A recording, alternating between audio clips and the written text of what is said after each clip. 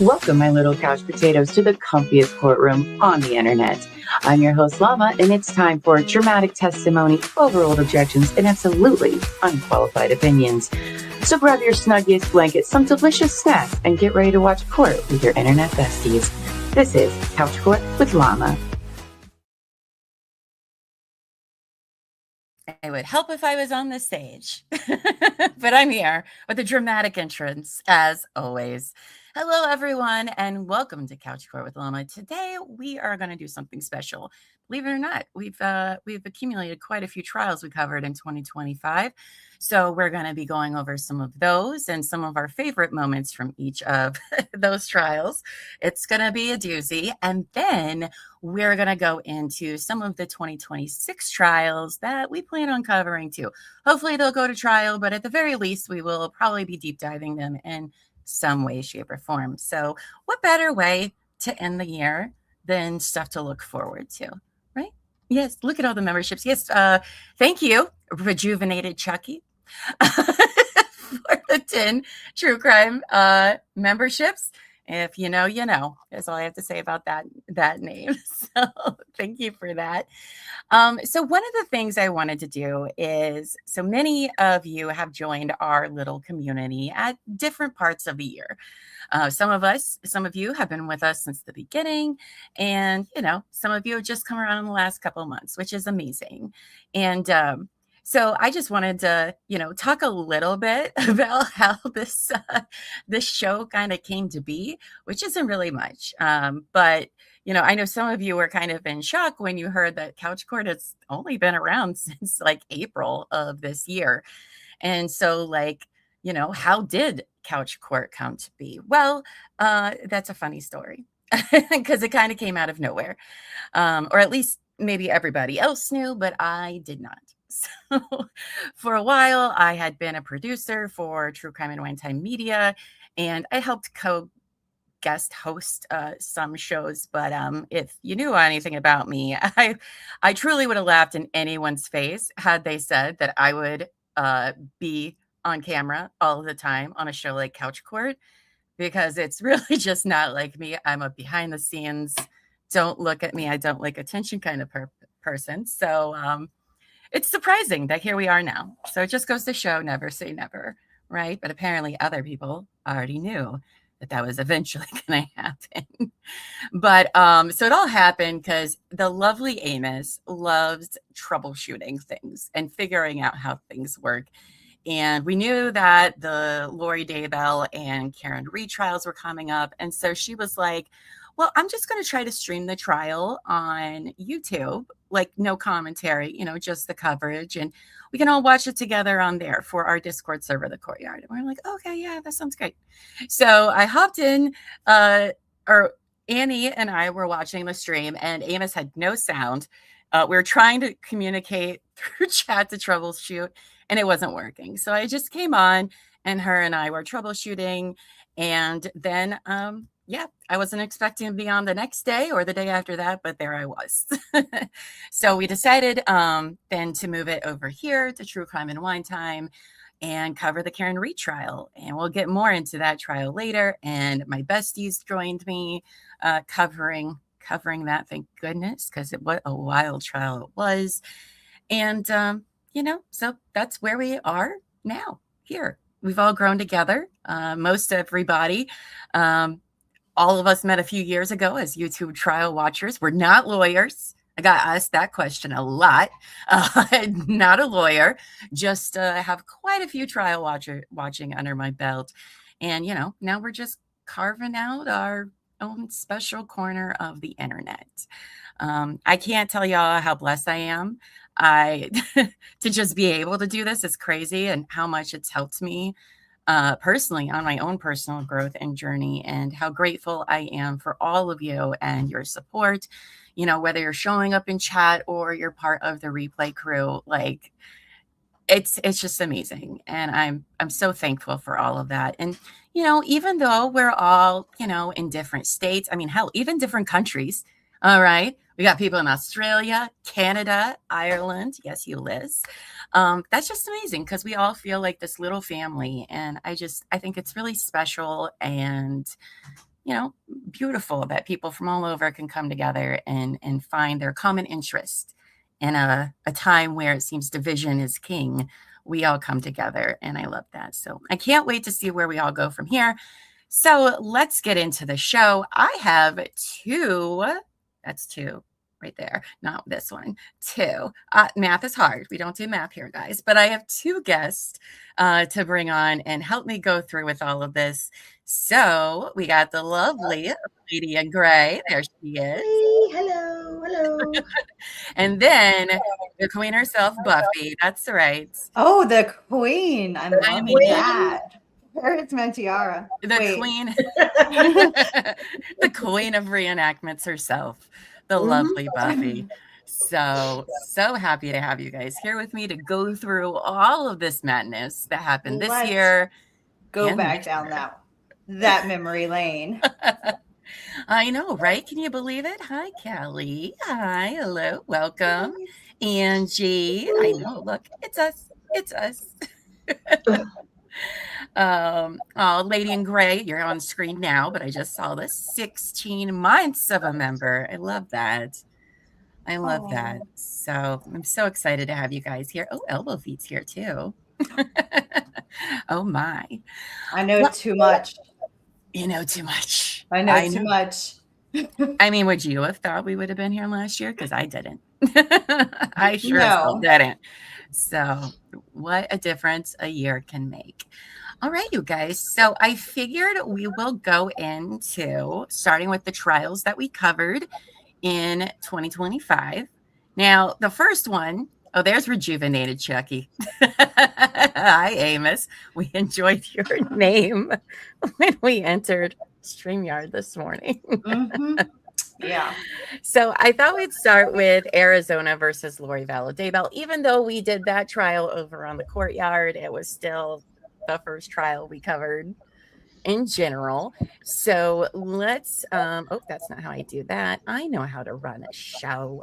Oh my goodness. It's rusty. It's been a while. It's been a while. It is like riding a bike, but also not. I don't think I could ride a bike. Do you not know how to ride a bike? I do. Oh, but I don't really think it's that easy to remember how to ride a bike.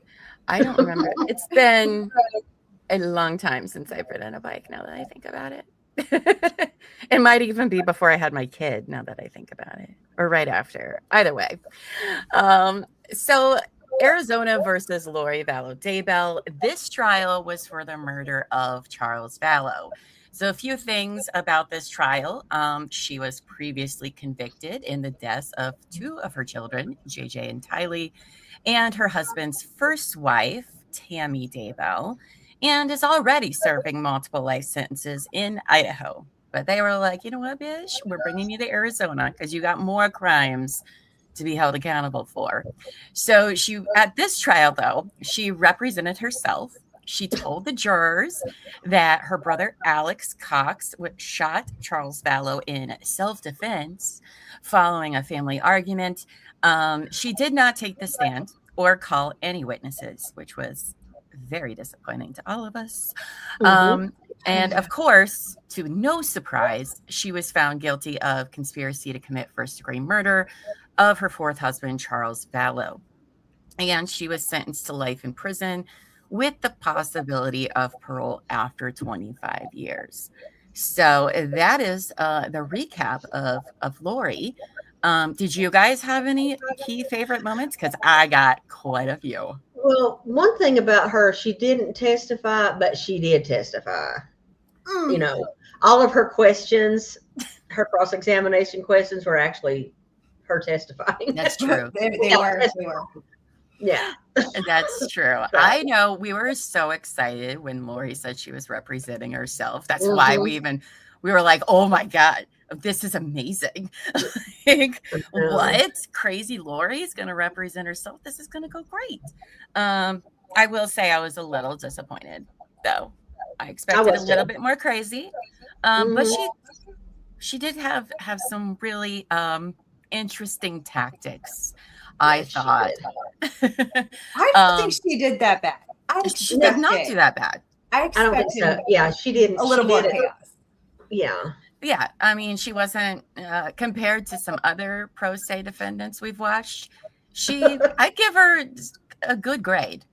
But she also, had a whole ass trial in Idaho under her belt. So That's true. She probably learned a lot from that. well, she learned some things. I don't think she learned a whole lot, because in her opening statements, every single thing she brought up in opening statements, she literally said the evidence will show with every single one. Which is like, yes, in opening statements, you do want to say the evidence will show, of course, but we actually have to have the evidence. And you have to have the spoiler, guys. The evidence did not show what she was saying. No. Show anything. Yeah, exactly. There was. She saw that on TV. Yeah. She's like, I'm supposed to say this, right? Yeah, but it's it doesn't mean what you think it means. I think. Right.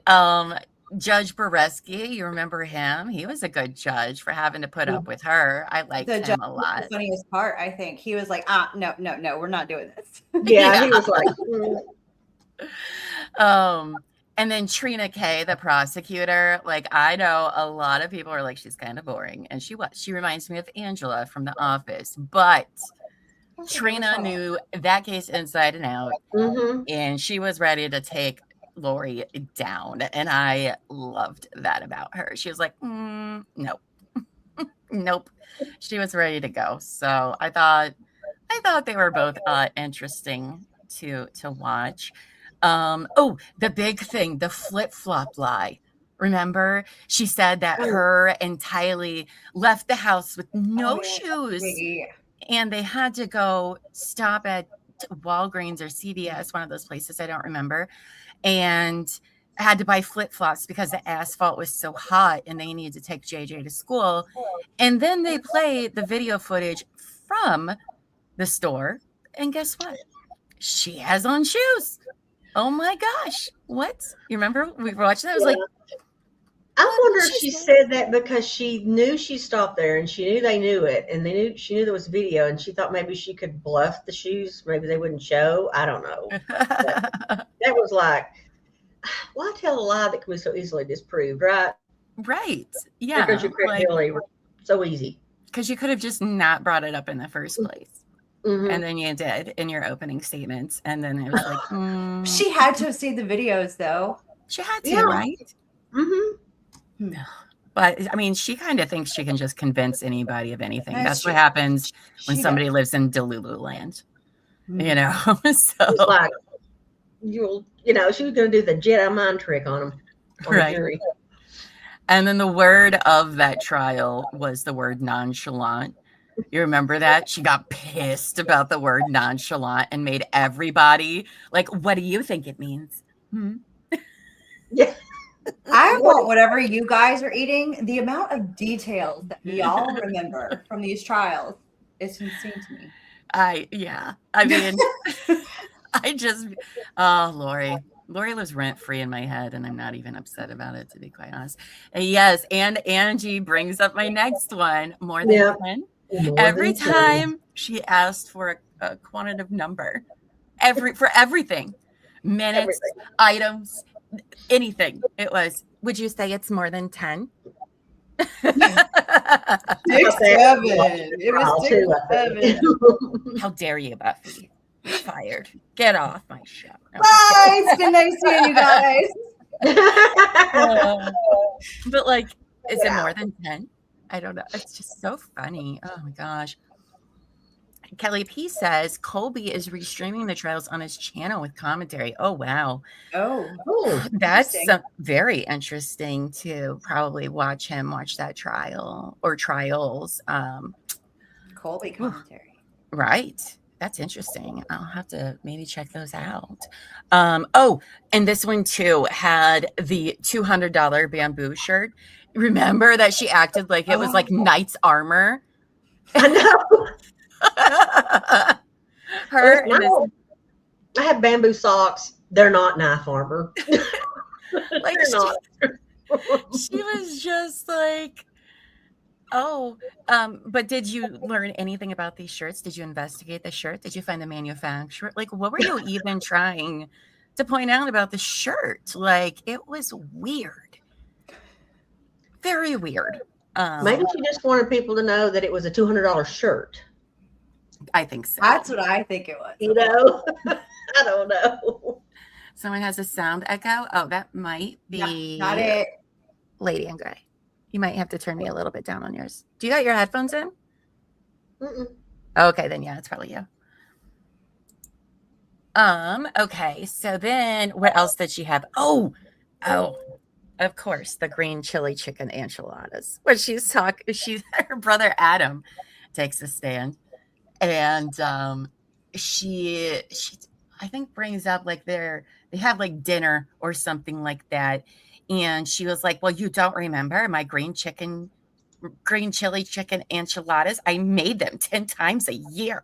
She was so butthurt About the enchilada.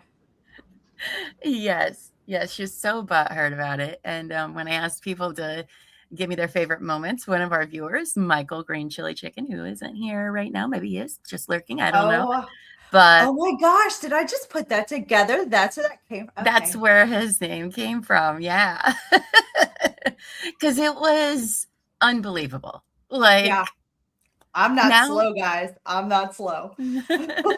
Today. Like it took me this long to figure that out. Okay. That's okay. You're so pretty. I like it. Gotta have a goal in life. Now you know the reference for Michael's name. I think it took me a little while to pick up on that too when he started joining in on chat stuff. But and it's still the same, I believe. So then there was Nancy Jo Hancock, who went on a date with Charles like the night before he died or something like that, right? And Lori, on her cross-examination of her, Lori is so petty. So petty. She could not still, after all these years, be okay with Charles talking to another woman, is what I gathered from that. Because she was like, did you know that he was still a married man? Do you normally date married men? Mind you, Lori is having a whole ass affair with Chad Daybell. Okay? Right? That's what I was saying. Pot, kettle? What?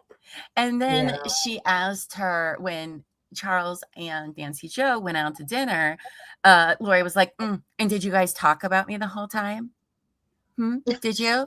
And Nancy Jo says back there, she's like, don't flatter yourself. No. I love that. I love that so much. I do love sass on it during a trial. I do too. And there was a lot back from Nancy Jo and Lori. Just hilarious to watch that, quite frankly. Unbelievable. Was it Kay? That was my favorite witness. Yes, that's who I was going to talk about next. So Kay Woodcock, for those of you who don't know, Charles Vallow's sister, the grandmother of J.J. Vallow. The Woodcocks are amazing people. And it's because of them that this really got underway as it did. But so this was the first time, because I don't think did Kay testify at her Idaho trials? I don't remember. But regardless. That was 100 years ago. I know, right? It does feel like 100 years ago. But regardless, it's Lori representing herself. So this was going to be the Lori Kay showdown that we had all been waiting several years for, 6 years for. And Kay held her own, and I loved her for that. Though we learned that Lori Vallow is kind of a coward. Because guess what? That cross-examination didn't last very long at all. And I don't remember. Yeah, I think she was afraid of what she. My favorite part was when she was like, "Oh Lord," or "Oh, this is." Oh God, here we go. Something that was the best. Oh man, she was something. I loved that. We wished it was longer. When she was like, "No more questions," we were all like, "What? Are you kidding me?" Coward Lori. That's what we paid for. And then she didn't even take the stand. The audacity. We're very disappointed. Or about a blessing. True. But I think I would have loved to see it. We would have had our popcorn ready to watch it. So, and one of the things from this trial that came out that I didn't know, and I don't think the rest of us quite knew either, but I know I definitely didn't, was that Charles had already been dead for an hour before they called 911. That was new information that we learned from this trial, was his time of death and the difference in time, that it didn't just happen and leave. So that was very interesting to learn about there. So I didn't know it was that much time either. Mm-hmm. Yeah. They spent their sweet time talking about things, getting their story together, in my opinion, all of that. So we should have done a montage of her hairstyles. Yes. I almost put my hair up in the little Pekingese. That's what I call it, because that's what she reminded me of, is the Pekingese. But decided against it. I just can't pull it off like she does. Just like, that would have been cute. Oh, I guess if you're a four-legged dog. Exactly. She does remind me, though, of a high maintenance little dog. Lori. She just reminded me of a Pekingese, and that's why I was just like, nah. But she went to cosmetology school, Buffy. I guess. Is certified. She didn't go to grooming school, because that's what I was getting at. Pet cosmetology. It's groomer school. She went to PetSmart School of Dog Grooming. Probably. All right. You guys have any other thoughts on this Lori Bella trial? She did have the curls going. Like, she did some on point sock curls, I'm just saying. For being in prison as long as she has been, she does have good hair. Yeah. Which didn't, if I remember right, I commented about how angry that made me. Yeah. Like, she's in prison. How does her hair look so good? How's her hair look so good? Except for the thing on top. I don't know why she thought that was a good look. I don't know. Pekingese? No. Yeah. I mean, there was somebody in that cell that was like, girl, no. Stop. You can't go out. She is a goddess, though, Buffy. She has traveled through time and space. Oh, nobody can tell her otherwise. Time and space. Space, yeah. Portals. She offered her Chucky his payment. All right. Well, with that was an interesting trial. Justice for Charles was had. I know that was one trial that I really was waiting for, because, we saw all the body cam footage of him trying to get her help. And then because of what happened with the children in that trial, like, Charles has kind of had to wait several years to get justice for him. They did not get away with it. That was the other thing that we learned, that they were already onto Lori and Alex's bullshit at like the beginning of the case. It wasn't like, oh, the kids are missing and now we're going to go look into it. That was also something that we learned. But I think it was Kay, and I don't know if she said it on the stand, but I think she said it in an interview afterwards that, yes, they had to wait a long time to get justice for Charles, but if Charles was here, he would have wanted justice for JJ, Tylee, and Tammy before himself. And, that's just the kind of man that he was. And I just thought that was really sweet of her to say that. And that does seem like something he would have said if he was still here, so. It does. All right. Well, that wrapped up Lori's trial, which was way short too. They were like, oh, this is going to be a 4-week trial. It was a week. Well, she didn't take the stand, probably as part of it. She didn't have any witnesses. No. All right. So the next trial, the reason Couch Court really is here, it would be Massachusetts versus Karen Reed. So let's do a quick recap and then we'll get into our thoughts on that. So do we all need a recap on this? We'll just do it. We should all speak Karen Reed fluently at this point in time. We've been through 2 trials. Well, you've been through 2. I had Well, only been through this one, which you was the saw other them when reason. we replayed the Okay, yeah, that's true. hearing. You saw That's true. or We the did. testimonies. Yeah, that's true. We did watch older testimony during like the court days off because they had weird days off that didn't make any sense. But yeah, this is the reason definitely why this show happened. So just a brief recap. This is a retrial following her 2024 mistrial where she's accused of hitting Officer John O'Keefe with her SUV. The defense claimed that she was framed by the Massachusetts State Police and the Canby Police, and that O'Keefe was injured inside of the house, not by her vehicle. There was major forensic disputes over taillight debris, injury patterns. I know, right? It's so weird. And evidence handling in the snow. Leaf blowers. Did anybody get their leaf blower out today in Ohio?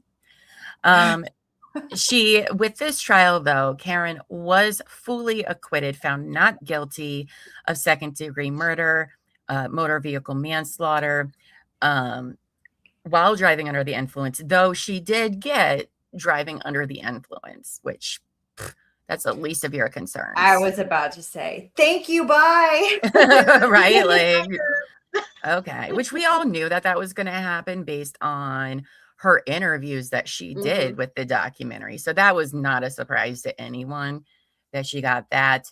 And then, of course, she was sentenced to 1 year of probation right afterwards, which was surprising. We weren't expecting. They're like, let's just do it now. We're here. We don't want to come back. Well, I mean, what else would there be? I was like, oh, really?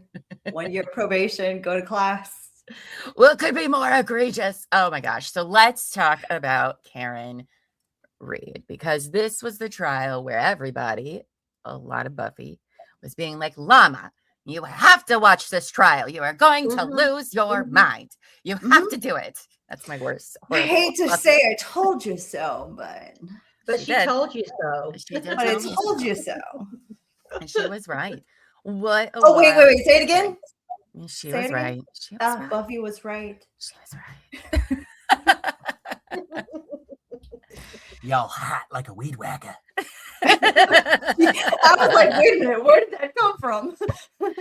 Weed whacker hot. Weed whacker. I didn't miss my medication this morning, did I? Well, because a lot of you that had watched the first trial were just like, oh my God, you wouldn't believe this crazy shit that happened in the first one. And so the retrial you would think would have been a very similar trial, but it was not. It was not a similar trial at all. As a matter of fact, a bunch of witnesses conveniently weren't called in this trial. Disgraced former trooper Michael Proctor. New forensic experts. Where those are some doozies. And the addition of Robert Alessi to the defense team. That's my highlight. Phenomenal. I told you, I said, you're going to love him. He has binders. And when he walked out with his binders, you were like, oh my gosh. Right?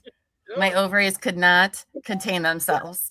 He was just smart, kind of sexy. He was. Yeah. In like the best way, right? Because he didn't talk down to people. He did amazing. He was amazing.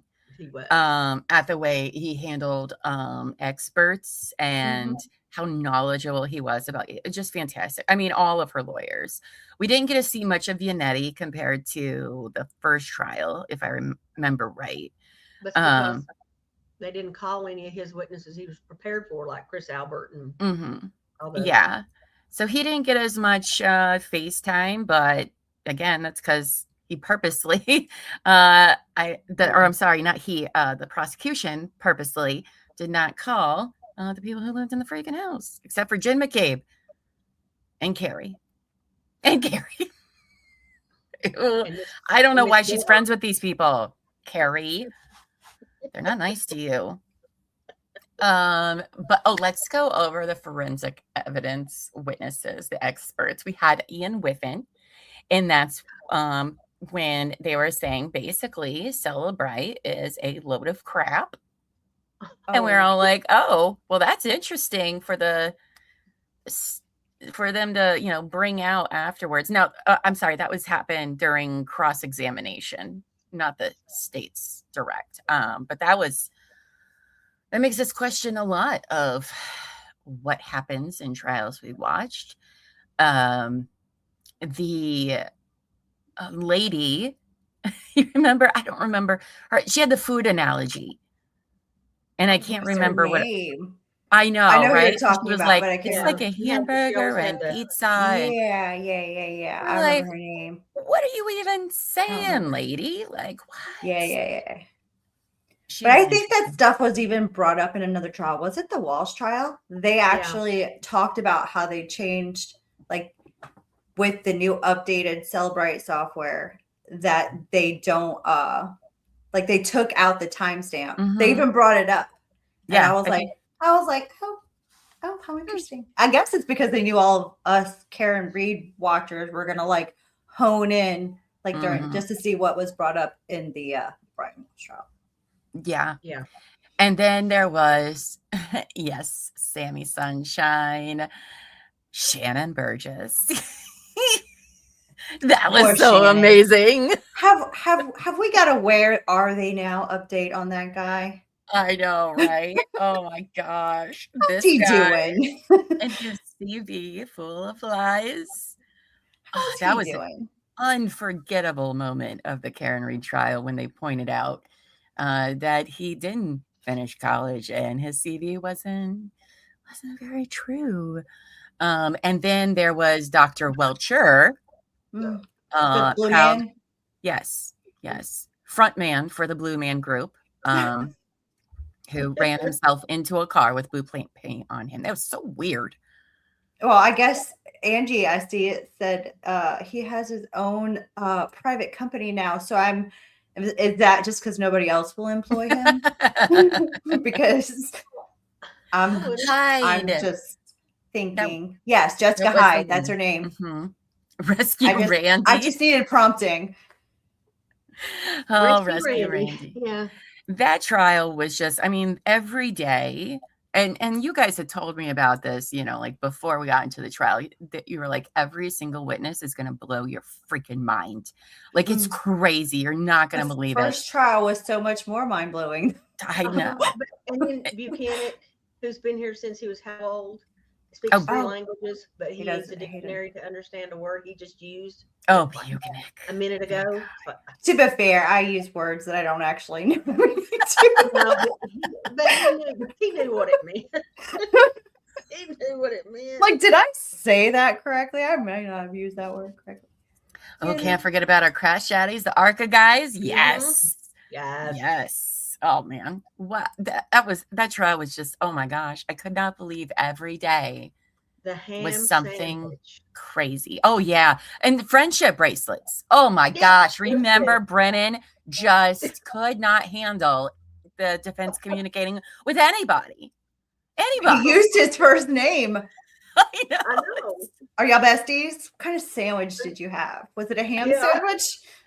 Did you stand in the corner by yourself and eat your sandwich? Well, actually, I ate my sandwich and then I said goodbye and I left. I mean, basically. I mean, we got to eat, bro. You remember when Brennan asked, he implied that the shirt, you remember the shirt fiasco where there was like almost a mistrial over it? And that's when Brennan's entire case and aura just went down the fucking toilet. Is that when Alessi went into his what could be more egregious? I believe so, What could be more misleading? That's I think my favorite quote from the whole trial. I mean, even and that's the closest you're getting to a reenactment for me today. Even their arguing about things in front of the judge outside of the presence of the jury was excellent and fascinating. Just impeccable lawyering all around. I can't wait for the civil trial, which is not happening this year, guys. Okay, it's just not. No, sorry. Get that out of your minds. It's not happening. Oh no, it's like 2028, maybe 2030. I mean, if it gets in 2027, that's going to be magic. I don't see it happening. There's way too many defendants. Yeah, I'd be surprised even at 2028. But civil trials do have like certain different expectations on time than So much criminal discovery. cases. But I'd say probably 2028. I want all of their text messages. Just bring it to me. Have the sidebars come out yet? No. Because I think we need to read the sidebars. Oh, we do. yeah. And reenact we them. definitely have to do that. I want to be Jen McCabe. No, I'm just kidding. Okay. Just kidding. You are Jen McCabe. Yeah, it was just unbelievable, that trial, and just wow.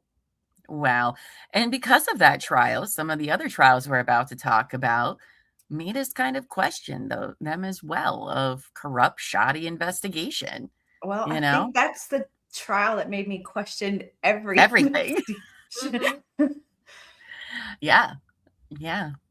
So, all right. Well, I mean, we could talk about Karen Reed's trial forever, and I would love to, but I don't know what there is really left to say about that, except we love you, Janetti, Alessi, and Ellen Jackson.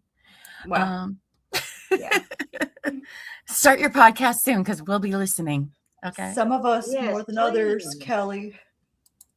Right. And they didn't call Michael Proctor, which was very disappointing, but not surprising. But I was ready. You just have to watch from the previous trial. I think that's... Yeah, and Chris Albert, too. I'm just a soccer mom. Oh, man. What a time that was. And I love that they made Buchanan read the text messages between Higgins. So awkward. So awkward. It was punch, but it wasn't very awkward. It was so awkward. Yes, most expensive DUI ever. Wasn't it like the state spent over $1 million on this retrial, with half of it going to freaking Aperture? Probably about $2 million between the two trials. I mean, close to it, I would say. Yeah, because they had the expenses for the state, and I want to say it was like 1.6 million. It was definitely over $1 million, and Aperture was given $400,000 for Shannon and Dr. Welcher. In the end, all he did was copy what's his name from before. The troopers. Trooper Paul. Yeah. Trooper Paul, his actual stuff that he did. And that's why AJ and they wanted to bring that in. And the judge said, no, you can't bring in his, even though they referred to it, you can't bring it in because it's hearsay. She wouldn't let him bring in his report. Yeah. But he copied his report. He just paint. That was the only real difference. It was like sexy phone time with Stephen Hawking. Don't go to Stephen Hawking, please. And she was like the 5th drunkest person to drive to that party. That's true. Yeah. But you know what? I'm glad that attention was brought to it. And just remember, this kind of shit happens everywhere. No, it's not as just we'll see. As we'll see. So next trial we watched after that. Oh my goodness, it's Lori Vallow. Back to Lori. Because of course we are. Literally started right before, ended before Karen Reed's trial. And then as soon as Karen's was done, we hopped right into this one. Okay, so this one was for the attempted murder of Brandon Boudreaux. So we already know she was convicted of the deaths of her 2 children, Tylee and JJ, Tammy Daybell, Charles Vallow, and now Brandon Boudreaux. That's him there in the picture. He was arriving at his rental home in Gilbert, Arizona, when all of a sudden a bullet shattered his side window. He was unharmed, thank goodness, but according to the state, Alex was in a Jeep and had removed the seats and was like, had a gun kind of poking out the car thing and then took off. Lori also represented herself in this one. She was very lackluster in this one, though. Like you could tell her heart wasn't in it. Even when she was crossing. She was over it. Yeah, she was. Yeah. She was over it. Brandon did take the stand. He was one of the first witnesses. And poor Brandon, he knows that he was supposed to be dead. He's the only one out of everyone they targeted that's still alive. And I can't imagine kind of living with that. But some people were like, oh, do we really care about Brandon at this point? Yes, we do. We do care about Brandon. Brandon is still, just because he wasn't dead does not make him, any less important. He was lucky he wasn't. Well, when you think about it, he has children that would have lost their dad. Yeah. Oh, that story was crazy. And we're still waiting to see if charges are going to be brought up against cousin Melanie. Whichever one. I don't know. I confused the two. One of the Melanies, Melanie Boudreaux. His ex-wife, the niece, Melanie. Yeah, but I forget what her new last name is. I don't remember either. Yeah, I get them confused. But who knows? Because Lori very much. Yeah, right. Lori very much said some things during this trial where we all like, oh, Melanie girl. Yeah. Clock's a ticking. But, they got time. So there wasn't really, I couldn't really recall any two pivotal moments of this trial. Aside from Brandon's own testimony, there really wasn't much to, I think it was 4 or 5 days. It was kind of, nothing too crazy. Again, Lori was super mellow, and you're right. I'm so sorry. I forgot she was sick. She had to be wheeled into a wheelchair during jury selection. But Sam says, is this where Kay got on the stand and Lori didn't really question her? I don't remember. I mean, I know she didn't question her very much in the first trial for sure. Yeah, that's the only one I remember. I don't know. I don't think I remember her in the second. I know she went because she said it was important to get justice for him too, and she was going to be there. She was there. Because she Brandon, I don't know that she. I don't know. I don't remember. I don't think so. I don't think she did. Honestly, all of her trials, they're just one big. Yeah, they really are.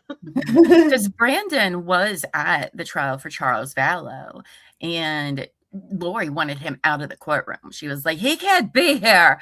And the judge was like, yeah, I can. Because you have this list of what, because she put him, Nate Eaton, Kat, all these people on her witness list. And the judge was like, no, you can't tell me why they're even relevant to this. He can sit, he's allowed to be here. He's Nate she wanted everybody out.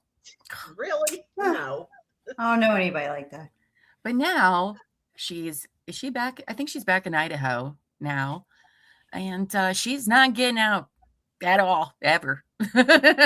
Ever. Do not let this parole after 25 years confuse you, because Arizona stuff is after her life sentence with no parole. Oh, she ain't getting out. She's not, She's gonna. Well, look at that. A wild raindrops and feathers. Hi, babe. Hope you're doing well. Happy holidays. Yeah, it does all run together. Yeah, same. I'm just it's all one trial in my head. Yeah. And they were so close together too. So there was a month difference between the two. All right. So then the next one we covered. Some of these were being covered at the same exact time. Right. Oh, we miss you too. Yes. Hope we are staying safe. Cold. That's for sure. It's 50 degrees yesterday and 23 degrees right now. It's 70 something here. Our next trial was the U.S. versus Sean Diddy Combs trial. It's when I did our first After Dark series, because this was a federal case. Federal cases are never, ever televised, which I think is bullshit. But so we kind of recapped this after the day's events to the best of our ability. It was interesting. So just a brief thing about the Sean Diddy Combs. So prosecutors claim that Combs led a 2-decade criminal enterprise involving coercion, violence, drugs, and freak-offs, which was some new lexicon for us. Along with many other things. Now, the defense said everything was consensual. If these people wanted to leave, they could have left, which I mean, we saw a video of Cassie trying to leave and then saw what happened to her when she tried to leave. So I strongly disagree about that. So Cassie was the star witness. There was quite a few other witnesses, and just hearing it was just really hard. And the jury ended up acquitting him, though, on racketeering and sex trafficking charges, but convicted him on 2 counts of transporting individuals for prostitution, which I don't really understand. But I know. What's the difference? I don't know. Right. Well, I have thoughts, so I'll get to those in just a second. Mann Act conviction stemmed from evidence Combs arranged interstate travel for sexual encounters with former partners and escorts. He was sentenced to 50 months in federal prison, fined $500,000, and set for supervised release after his terms. And yes, I'm still kind of pissed off about this. I'm very pissed off about this, actually. How long is his supervised release? Do you remember? I think 5 years, but I do not know. Has anybody watched the P. Diddy doc? I haven't yet. Not yet. I watched like the first 1.5 episodes. I'll just wait till everybody else watches it. Oh, well, I know what I need to do this. Yeah, I haven't gotten to it yet. I should watch that in the Discord for sure. Well, first, yeah, like I was pretty kind of surprised. Well, I was surprised by the verdict, but at the same time, I wasn't. And I think that's because a lot of the discussion and topic of sex trafficking just isn't really understood by a lot of people and what that means and the stigma around it in general. So I wasn't really too surprised that they didn't get it, but also like, all right, not only did he beat the shit out of Cassie, we saw him on video.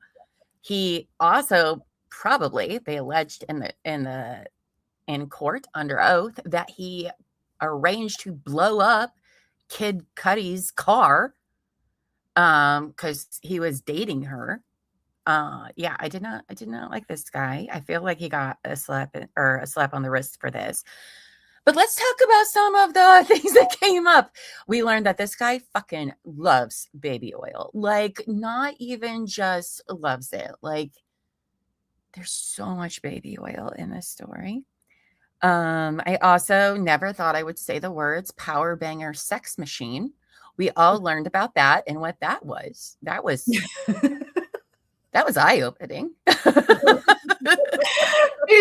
I was about to say it's not even noon yet, but it is past noon. So I have heard past noon. Oh my gosh, there were so many other things because like when I was covering this, I would just take all of the notes made by the journalists who were there, put them on a list. I did not read them ahead of time. I just copied and pasted and was like, I'll just read it in real time. And I was not expecting some of the things that being said that were coming out of my mouth. I couldn't even believe it. Like, what is happening? He did what? Yeah. What is happening? But yeah, I mean, this guy is one of the most powerful people in the world. And it just, I don't know. I don't like it. I don't like it. So, and I never liked him in the first place. Did any of you? I didn't care for him. No, but he has fans. They were all out there supporting him when they thought he was going to get released. Yeah. I mean, I am surprised he got time out. I am. I'm glad he did. Because 50 months is no joke. You know, that's how many years is that? 5 years, 4 years, 5 or 5. It's 4 years and 2 months. 50 months is. That's more than I thought he would get. I thought he might get like 2 or something and be out in like 9 months or that kind of thing. Or time served or some shit like that. Yeah. So, then, all right. So we'll move on past Diddy. What a wild ride that one was. The next one. So I remember we're clearing our fall freaking schedules. All right. Yes. We're clearing them. Yes. We're going to cover Idaho Brian Koberger. We were set to go. We were like, we got nothing. We're doing nothing. cut my family off. I sent them all notices. I was like, you will not hear from me. I am alive, but I might show up to Thanksgiving. I don't know. It should be over by slide then. food under the door if you don't hear from me. It was going to be a thing. Right. We were all in on this one. And just a few weeks before the trial was supposed to begin, because there were other cases we didn't bother covering because we were like, we can't let them interfere with Kohberger, because we've been waiting for 3 years to hear this trial and what happened and see the evidence, right? I wanted to see the evidence.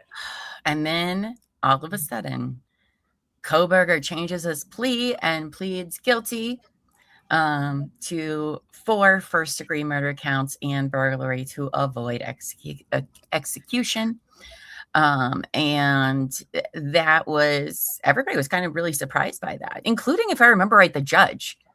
Wasn't the judge like, when did this all come about? Like, what? Okay. But he did, I think the families were surprised too. The families were very surprised and not happy. No, not happy. Not happy about it. So some of them were, some of them weren't. Yeah, that's true. Some were. Yeah. I mean, they were like, okay, it's done. We don't have to go through all this. That would be hard. Oh, yeah. I can see it being torn. Like, I don't want to do this. And then like, I want to do this. Yeah. And their families each had different viewpoints on it. And to me, either one's fine. Like, they're both right, in that sense. What I didn't like was people being like, well, you should be like these other set of parents. And I was like, no, you don't get to do that. That's not okay. No. Both. I could be both. Yeah. Any one of us could, we don't know their struggle with. I can't even imagine. I can't either. I mean, goodness. Anyway, so he takes this plea deal. Like, it was like right after the 4th of July or something like this. And we were all just like, what? This is unbelievable. And so then, a week later, they went ahead and did the sentencing. And that was pretty impactful. Yeah, that was sad. That was really super sad to hear.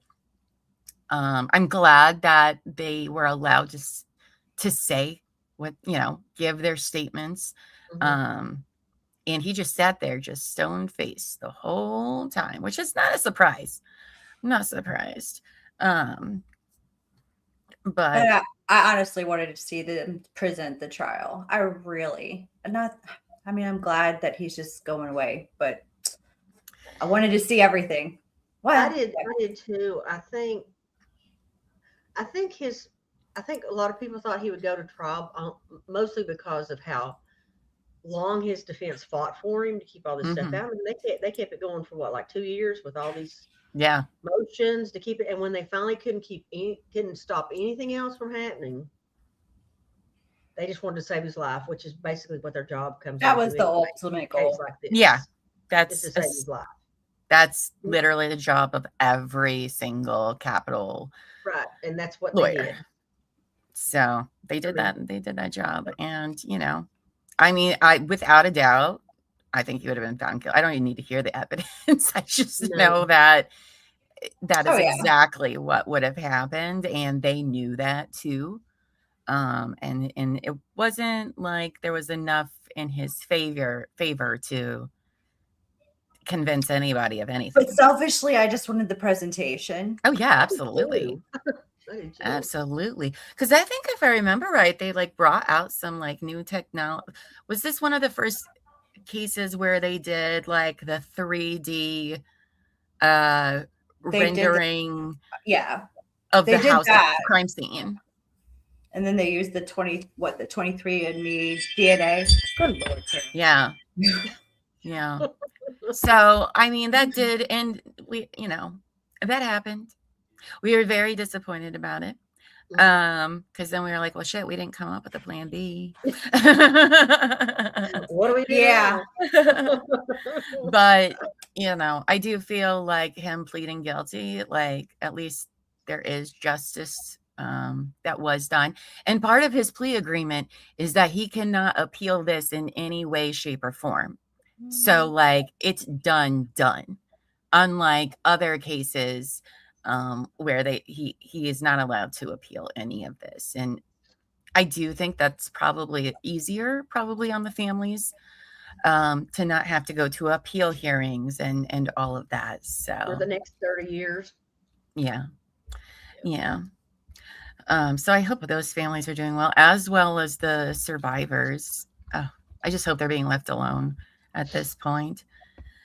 So there was that one, which that's what happened. So we pivoted after Brian Koberger, and we went into the disappearance of Crystal Rogers. It's like first super big deep dive. I think it took like 10 days or something to catch us all up. Because as we were catching up on the story, Brooks Houck, Joseph Lawson, and Stephen Lawson were all being tried and on trial during us doing all the deep dive, except their trial wasn't allowed to be released. The coverage wasn't allowed to be released until all of the trials were concluded. So we went ahead and did our deep dive. And then once they came out, we watched those trials. We watched those. And so we'll do Kentucky versus Brooks Houck and Joseph Lawson first. So both of them were tried together in the 2015 disappearance and murder of Crystal Rogers. This was a no body case. Her body has never been found. Brooks Houck, her boyfriend and father of her youngest child, was convicted of murder and tampering with evidence after a 10-day trial. Joseph Lawson was convicted of conspiracy to commit murder and tampering with evidence. The jury recommended, because that's a weird thing they do in Kentucky, life in prison for Houck and 25 years for Lawson. Sentences were handed down, and that's what they were. So this one was interesting because I have very strong opinions about this trial. They had shit. And that was really hard to wrap your head around when it's a case like you've been following for several years. And you know how much searching has been done, how many resources have been used, and they literally had next to nothing on Brooks, except, a witness testimony, which was, everybody that pretty much testified were serious drug addicts and using at the time, like not credible witnesses at all. And then the investigation itself was not good because they definitely were very coercive, the investigators, with some of these witnesses, where we're like, that's not even, just throw it out the window, their key witness was not only an addict, he was a felon, wasn't he? Yes. They all were. I just felt like this was an emotional decision, verdict. Mm-hmm. Yes. Not a based on the facts, because I don't think I could have. I feel like he did it, Yeah, but I don't think they brought anything. I do too. I might have like it was vibes. Thrown out a not guilty just to make him do it again. Maybe this trial very much was political theater. Yeah. That's exactly what it was. And it was kind of disgusting how obvious it was. Because, they'd been investigating for this for 10 years. And when we saw that there was literally barely any evidence of any value, I think it was really hard, because then you realize, holy shit, this case isn't actually solved, because what they're using isn't even anything, so they literally know nothing about any of this. And so that was I was very surprised and taken back about how this trial made me feel. I remember talking to you before this trial even started, and you said this trial is only scheduled to last like a week, and that scares me, because after this long they should have a whole lot more than a week's worth to go to trial with, because that's both sides, and you're like, they have nothing. And the FBI was super involved for years. And the FBI, nothing came from them. Like, what? Yeah, I don't know why that surprises me at all. And then when it comes to Joseph and Stephen Lawson, I mean, are we really to believe that those two bozos? That's it. Right there. I mean, really? You think Brooks was in cahoots with those two bozos? I mean, I don't know. I don't know. I mean, yes, I very much do believe Brooks had everything to do with it. But I did not feel that they proved anything at that trial. It's like, go home, try again. Mm-hmm. Which I hate to say. I hate to say that. I know there's plenty of trials where I feel that way. It's like, I already know that this person's guilty, but like, if I have to look at this the way we're supposed to look at this, Exactly. You're like, it's not supposed to be on vibes. You're supposed to bring something to prove it. And I don't want to go to, like, if it was me, I don't want to go to jail with if this is your evidence. You know what I mean? Yeah. Because again, I mean, it's just like with Karen Reed, right? Like, it has to apply in both scenarios, right? Just because you think somebody's factually, the rules go for everybody, despite how you feel. So this one was a little controversial for some people, but it is what it is. But they were found guilty. They did not take the stands at all, obviously.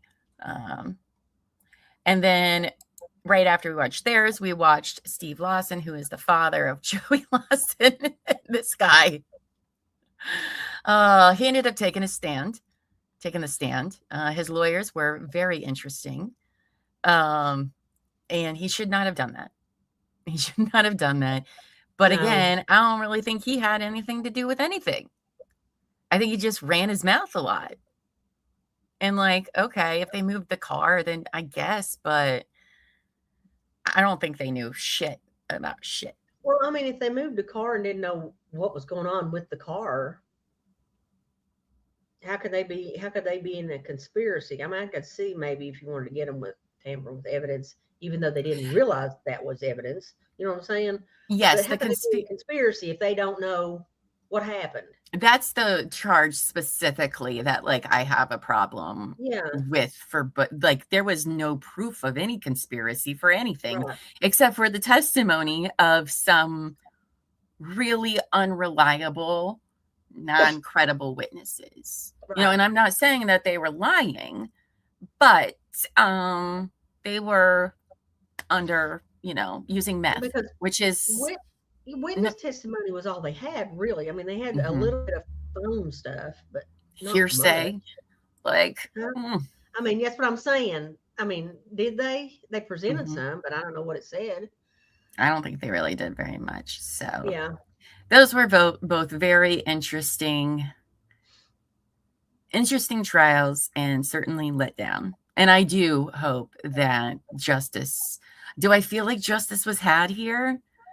I don't know, because we got no answers of what actually happened to Crystal or where she is, you know, where her body is or how it happened. Literally nothing.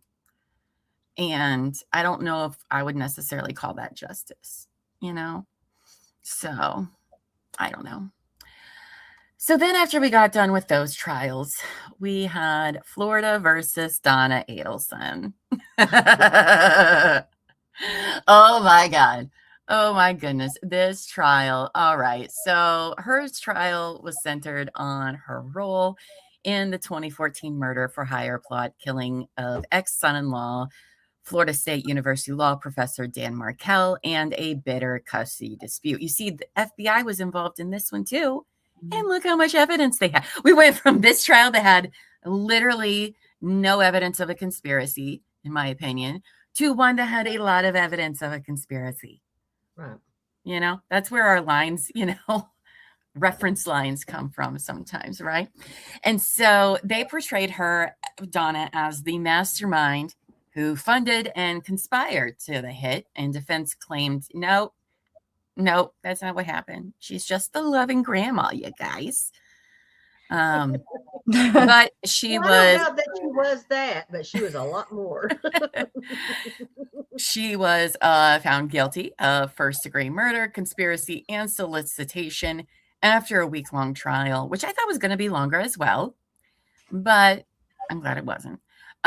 She was sentenced to life in prison without parole, plus 30 additional years on conspiracy and solicitation to be conserved consecutively. And she plans to appeal to the surprise of no one. Of course. She said, she was like, I'm innocent. I had nothing to do with this. I would never. This is all. We're just being set up. Do you think she was going to testify? Oh, she yes. did take a long time to decide whether she was going to testify. Mm-hmm. I don't think she was going to. I think she wanted to give the idea that she probably would, and then take it away and then blame somebody else for why it didn't happen. Right. Like, I think it was part of her plan already, because she was like, well, I wasn't given enough time to decide. Ma'am, you have been in jail for 2 years. Exactly. All right. Like, you have had plenty of time to decide whether or not you want to take the stand. But it seemed like she wanted to. Like, it was like she was going, I don't know, it sounded like she was going back and forth. So I was just wondering what you thought, whether she was actually going to do it or not. I mean, I was hoping so, but I think she was definitely smart enough to know that wouldn't go. I think she was nervous about going up against those lawyers whose names I cannot remember right now, and I don't know why. I would be nervous. Anything to do with Georgia. Georgia's one. I wouldn't want to go up against any attorneys, even if I'm innocent. Like, they have a way of twisting things around. It's like, oh my gosh. Hi, Liz. We were, you remember her lawyers? What was the lady lawyer's name? Oh my gosh. Jackie. Jackie with her oversized, like, oh, she's crazy. She was absolutely crazy. Donna also had to wear headphones because of her tiny ear canals, is what she told the court. So she got headphones. And then she's so dainty. She's so dainty and fragile. She's just a grandma. And one day, remember when she has them flip the other way? For a long time. Me, when I put my earbuds in, I'm like, why do these feel so weird? I'm like, oh, they're in the wrong ear. Oh my gosh. Well, this is where we learned about Sam. I mean, this is where we talked about Sam. Oh, yes. Secret agent Sam. I forgot. I did a deep dive on this one too. Yeah. But yeah, that was a very interesting trial. She did not take the stand. Her daughter did. She did. She didn't say very much though. Which was surprising. But do we still think charges are coming against Wendy? Because I do. Maybe. I think Georgia would like to. I think she's just chomping at the bit to charge her. I don't know. Do they have on her though? She can get probably. I don't know what she could get her for, because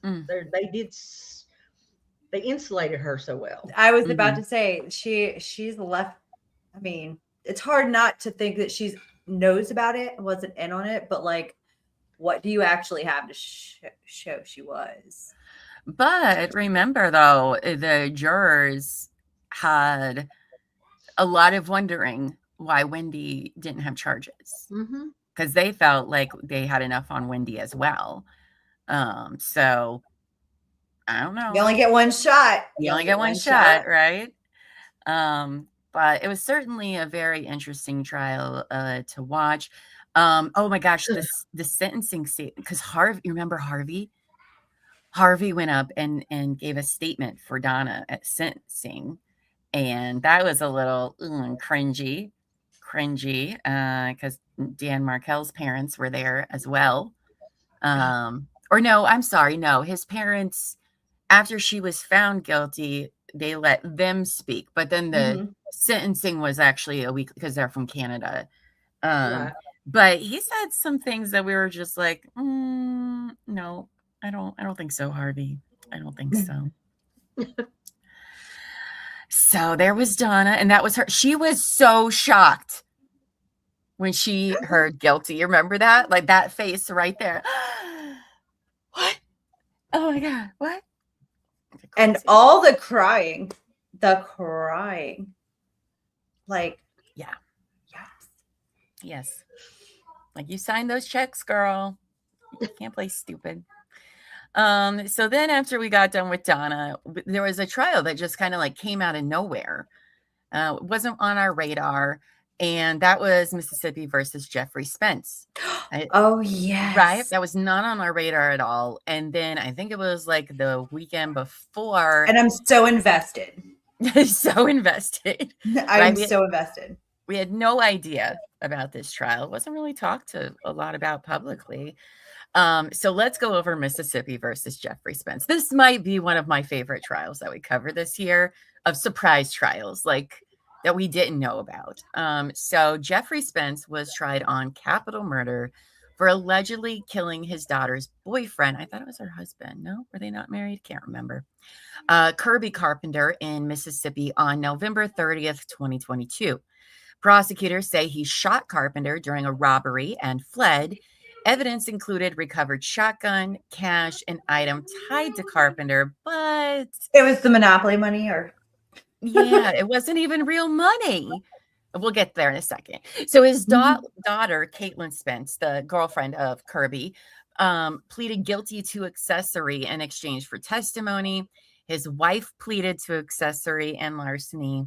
The trial ended in a mistrial when the jury was deadlocked, and a retrial is scheduled for 2026. So, thank you for gifting all the memberships, Lady in Gray. Congrats to You got one. all of. I did? Okay. I don't have the chat open. Well, thank you. Congratulations. Thank you. This one was another one where we were like, that's all the evidence you have. Like, there was a lot of suspicion in this one. Let's talk about it. That one was very strange. I enjoyed this one, and I did too. It was just, yeah, there was a lot to be desired. I enjoyed it because I didn't know anything about it before. So now Kirby's job was dealing in coins, precious he owned a metal pawn shop. Let's just put it out there. A pawn shop. He was also guns, metals, coins, stuff and like some other risky business ventures based on some things said in court. All right. Allegedly. So allegedly, yes. So the problem with this case is that there was other people it could have been.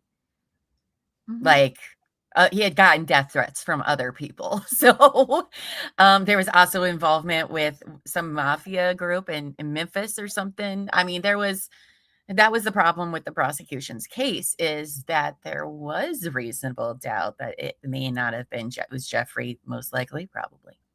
But I don't know. And then the stuff they found in Jeffrey's bank deposit boxes was a lot of cash, a lot of coins, a lot of precious metal, a check from Kirby well before he died.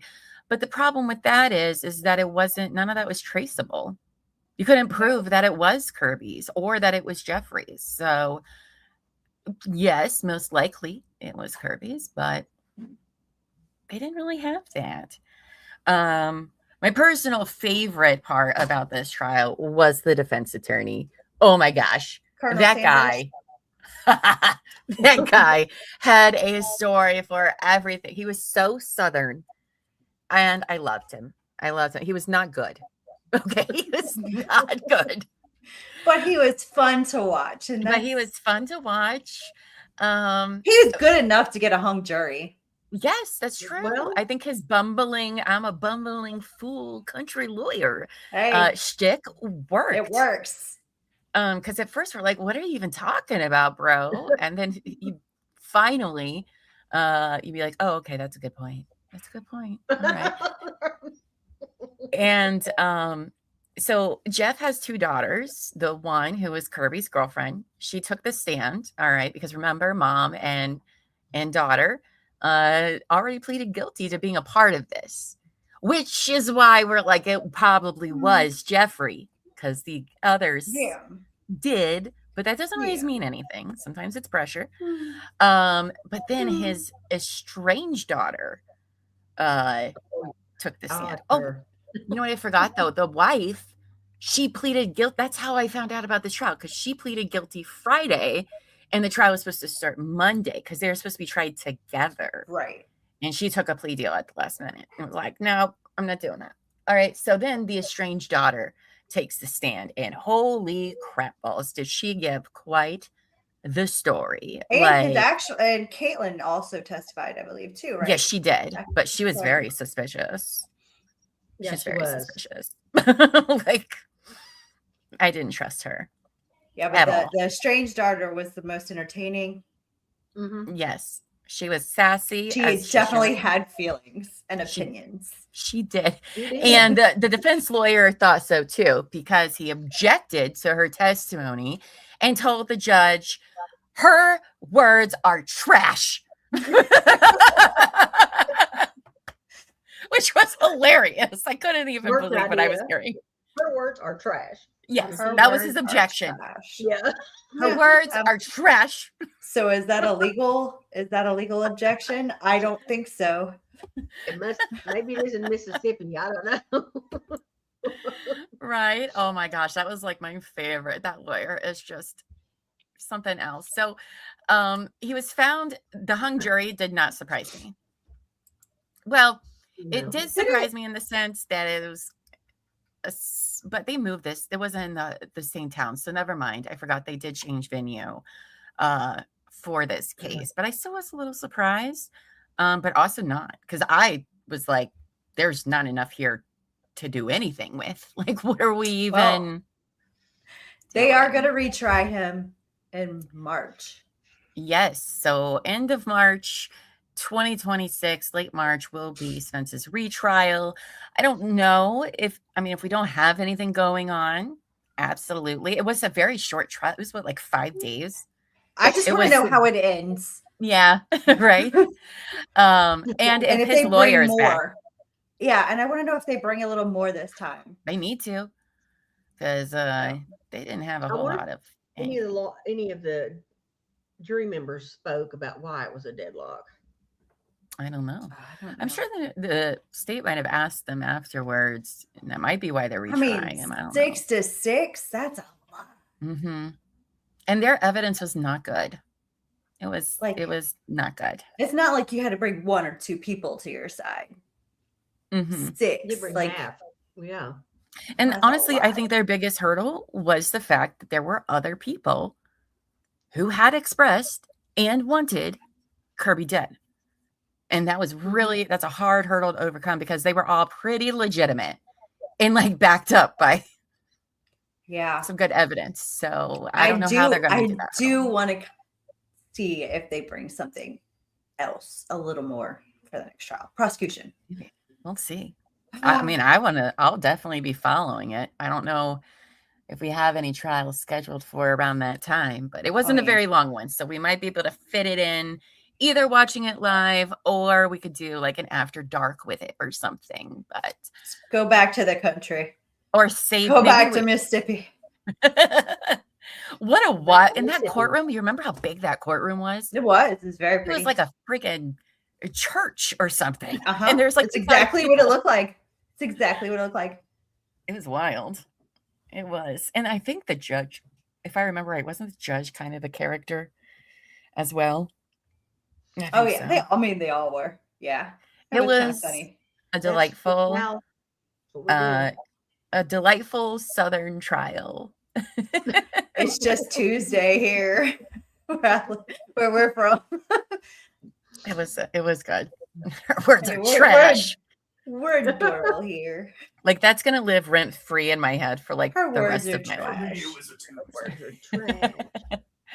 All right. So then after we wrapped up Jeffrey Spence, because this is airing the Imani Ellis versus Cardi B trial. This was going on, I think, wasn't this before Jeffrey Spence? Was it? I don't know. Either way, this one was going on though when we were still on Donna. So we watched it after the fact. It already happened just a couple days before, but we were wrapping up Donna Adelson's trial, so we went back and watched it anyway. All right, so if you missed this one, this was fun. we don't get very many civil trials that are streamed, and so this was a doozy. So security guard Amani Ellis, she's in the referee shirt because she thought that was great to wear to court. I thought it was. I thought she worked at Foot Locker. I was like, that's not what that is. Okay. No, but she probably is now. Because she's not doing security. Okay. No. So she alleged that Cardi B assaulted her at a Beverly Hills OBGYN office during the rapper's pregnancy. Okay. And Ellis claimed that Cardi B spit on her and scratched her face with long nails, and she had PTSD from it and had to have plastic surgery and lost her job. And she wanted $24 million in damages. Okay. It seems reasonable to me. Totally. So Cardi testified that the encounter was a verbal altercation only. She did not scratch her face. No physical contact happened, and that Ellis was allegedly recording her. And the witnesses, the office staff and doctor, said no physical fight occurred because they heard it. And the jury made it so Cardi B was not liable for anything. All right. Because Amani, that woman is something. That woman is something. Okay. Remember the scratch was like, she said, was when like, they put the picture up and you're pinky, like, where? What? Like, where? And she acted like she was disformed and disfigured. She couldn't get a date. She had a hard time dating people. Was an acne scar or something? Right. And remember, she wanted to be a cop. And that's why she went into security guard, because she wanted to be a cop. And then this happens, and she was like, it was too much. I gotta do it. I'm scarred for life. It's awful. It's awful. She didn't go to the hospital or the doctor afterwards. Literally nothing. And this woman had the audacity to ask for $24 million. Now, worth a shot. She shot her shot. She sure did. She sure did. And so, because Cardi was going to see, this was not her regular OBGYN. She was in LA for job stuff. She was worried something was happening with the pregnancy. So she got like an emergency appointment with the doctor. And I mean, listen, if somebody was videotaping me during this as well, I would be fucking pissed. So I don't blame Cardi at all for even getting into the verbal altercation with her after she asked her to stop recording her. You know, like, especially not if appropriate. you're already in panic mode about a pregnancy. Yeah. Like, so I'd have probably been worse than Cardi. But both women took the stand, and Cardi on the stand was everything. Everything. Look at that picture. It's my favorite GIF.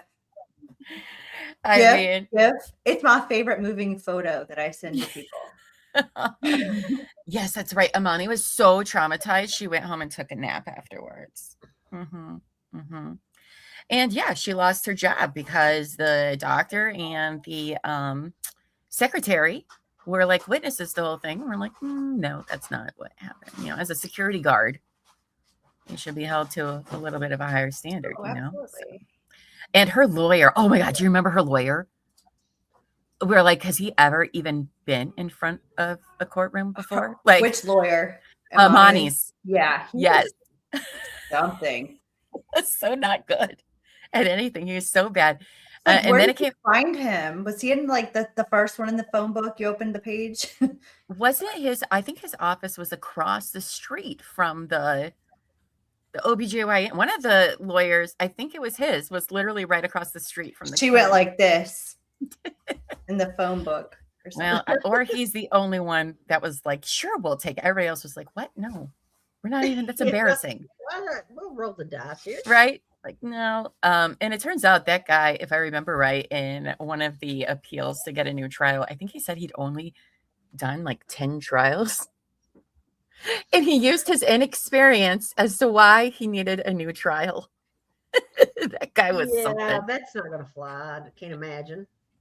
That's a great idea, Kelly. We should just have her pop up. You know where Pineapple Santa is down there? We'll just have Cardi doing that for all of our trials because that's really us a lot.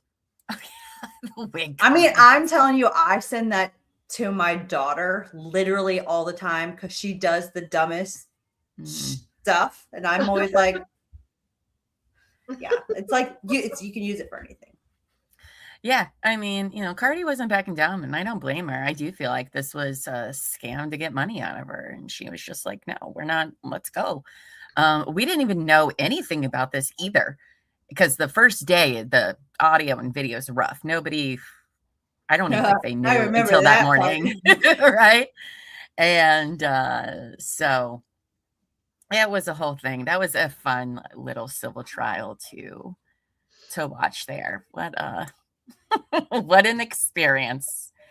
Then, of course, the trial after that, the one I cannot stop talking about, New Hampshire versus Dustin Duran and that fuck face.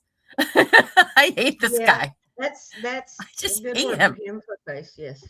I hate him so much.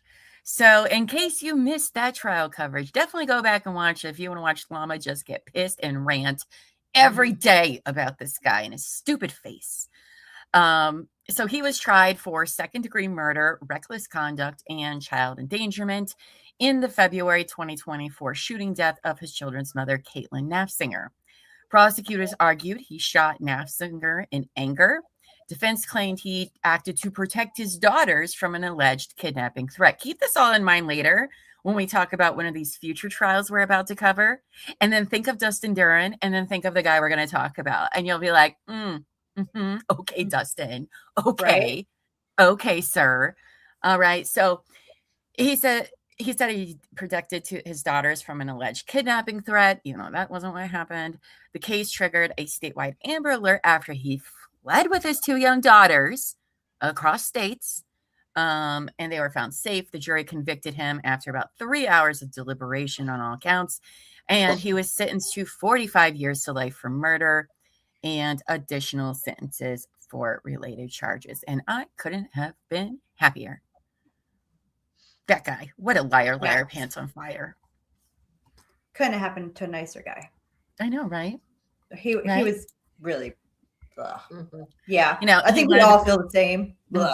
He wanted to blame his PTSD from being a veteran on it, that he thought she was kidnapping the kids, but she was found with no shoes on, sitting on a couch with a leg propped up with blankets over her, no car, nothing, in the middle of winter in New Hampshire. And he said he felt threatened, and he had to act because he was trained that way. And it was PTSD. It's all a bunch of fucking bullshit, Dustin. He was just an insult to the military in general and the Marines specifically. He's just terrible. Agreed. He's just garbage. Yeah. He's a man baby, is what he is. He's a man baby person. Yep. He sure and is. I'm so glad that justice was done for Caitlin. They were in an abusive relationship. It didn't really get talked about in the trial, so it wasn't allowed to. But yeah, he's not fucking great. I hate that guy. And he was weirdly obsessed with his oldest daughter. It was weird. So weird. Strange. It was so weird. He was a man baby and a coward. I hate that guy. Oh yeah, he's calm under pressure, guys. So yeah, while she was holding their oldest 4-year-old on her lap. Ugh, fuck that guy. Hate that guy. That's the only trial I think we covered this year, which really just had me angry every day. Like angry until I fell asleep. I'd just be sitting there in bed with elbow feet, just being like, just every night. I know. Fucking guy. And then the last one we covered for 2025 was Nevada versus Devin Michaels, who, guess what? is going to be sentenced in January, so she's not quite over yet. We'll be seeing her again here in a couple of weeks. But she was tried for the murder and decapitation of her on-again, off-again boyfriend, Jonathan Willett, who was found headless in his mom's Henderson home in 2023. Prosecutors allege she killed him with a blunt object, decapitated him, poured chemicals on his body, and disposed of evidence. The victim was the father of her children and her husband's father as well. I mean, it got weird. It got real weird. Weird real quick. Okay. It got real weird. We decided to cover her case when in July she withdrew her prior guilty plea as she was about to be sentenced, and they decided it was going to go to trial. She claimed she was innocent in all this, and she could prove it. And defense suggested another possible suspect with motive, which would be her husband / John's son. We need a chart. We need the family tree. Who Deviere took the stand, and he was suspicious to me. I got lots of questions. I agree. I don't, So the jury ended up finding her guilty of first-degree murder after deliberating about 2 hours. She faces life in prison, no parole at sentencing. The head and murder weapon were never recovered. What a doozy that one was. Oh, we had such bad freaking audio for it. It was annoying. I remember that. I do want to see what happens at the sentencing. If she stays completely because we saw her English melt down when she went to go plead. Will she? And then she was completely stoic, during the trial. Will she be more emotional at the sentencing, or will she stay? I think she will be more emotional. Yeah. And listen, I think part of the reason why she was found guilty, and this may not, is because of her wig she was wearing. I mean, girl, it made it look like she was crazy. Girl. And would cut somebody's head off. Those defense attorneys could have brought that wig to a shop and said, help me fix this. Right? Oh, yeah. I mean, because she did look crazy. Okay. She did look crazy. It was so bad. It was so bad. And they had to file a motion for her to be able to wear that. And they could have brushed it. Look, you can go on Pinterest and find out how, to matted doll hair. I bet you could do the same thing with that wig, because that was not real human hair. So it was not good. It was not good. And but what we didn't know about Devin Michaels came a couple of days as we were getting into the trial. One, everyone recognized her lawyers as the lawyers for Tellis. What's his first name? Robert Tellis, right? I think it's Robert. Yeah. Or her ex-husband. There's a lot of Roberts in a lot of these stories. But he was just tried the year before for killing a journalist. So that was interesting. They were the same lawyers for that. And they did a fairly good job for only being her lawyers for 2 months. I was kind of impressed with that. I wouldn't say it was their best. She didn't give them much time. Yeah. No. And they did, they did their best, I think. This one was complicated. Oh, but then we also found out her ex-husband was the boyfriend and murderer of Monica Simonelli's husband, who was on trial the year before, who was a porn actor, and was a former husband of Devin's, because she changed her name a lot. It was very confusing trial. Robert Tells. Thank you, Angie. Excuse me. I don't know. I still don't know. I don't know what happened here. I still don't understand why cutting his head off. I don't know how we got there. I still maintain that they were like, we'll just take the body apart to get it out of here. Because there were other people in the house, right? Yeah. And then they so figured out how hard it was. And then it was they're like, okay, well, you start head down. How do you wash your body? Head down, right? Top to bottom. Start the head. And then realize, oh shit, this is not as easy as it looks. Let's just leave it here. I'll take the head. I really think That's what happened, because it was like, this is not, I mean, it's not. It's just not. Yeah, I don't understand this crime scene at all. Obviously, it was her or Devier, or both of them. I mean, the prosecution wants us to believe so freaking bad that Devier had nothing to do with this. And I don't know. I don't know. Or they were like, I mean, most people don't cut people like up, right? So like seeing that could have made like, I can't do this, like, and you're done. Like, there's a million reasons why you would stop. Yeah. So she was found guilty. I wasn't surprised. But I think what was just surprising was the prosecution constantly being like, Devier had nothing to do with this. And I'm like, really? Are you sure about that? Well, the prosecutor, I mean, they're adamant. You're adamant about it. But I don't know. He's cleared. I don't understand how one is comfortable when your dad, the father of your 2 stepchildren, is moving back in with your wife, who says, hey, you got to go because they kept this a secret from his dad. Like, all of that family drama. No. What? Like I said, it got weird real quick. It's like, it did get weird. What's happening here? Very weird.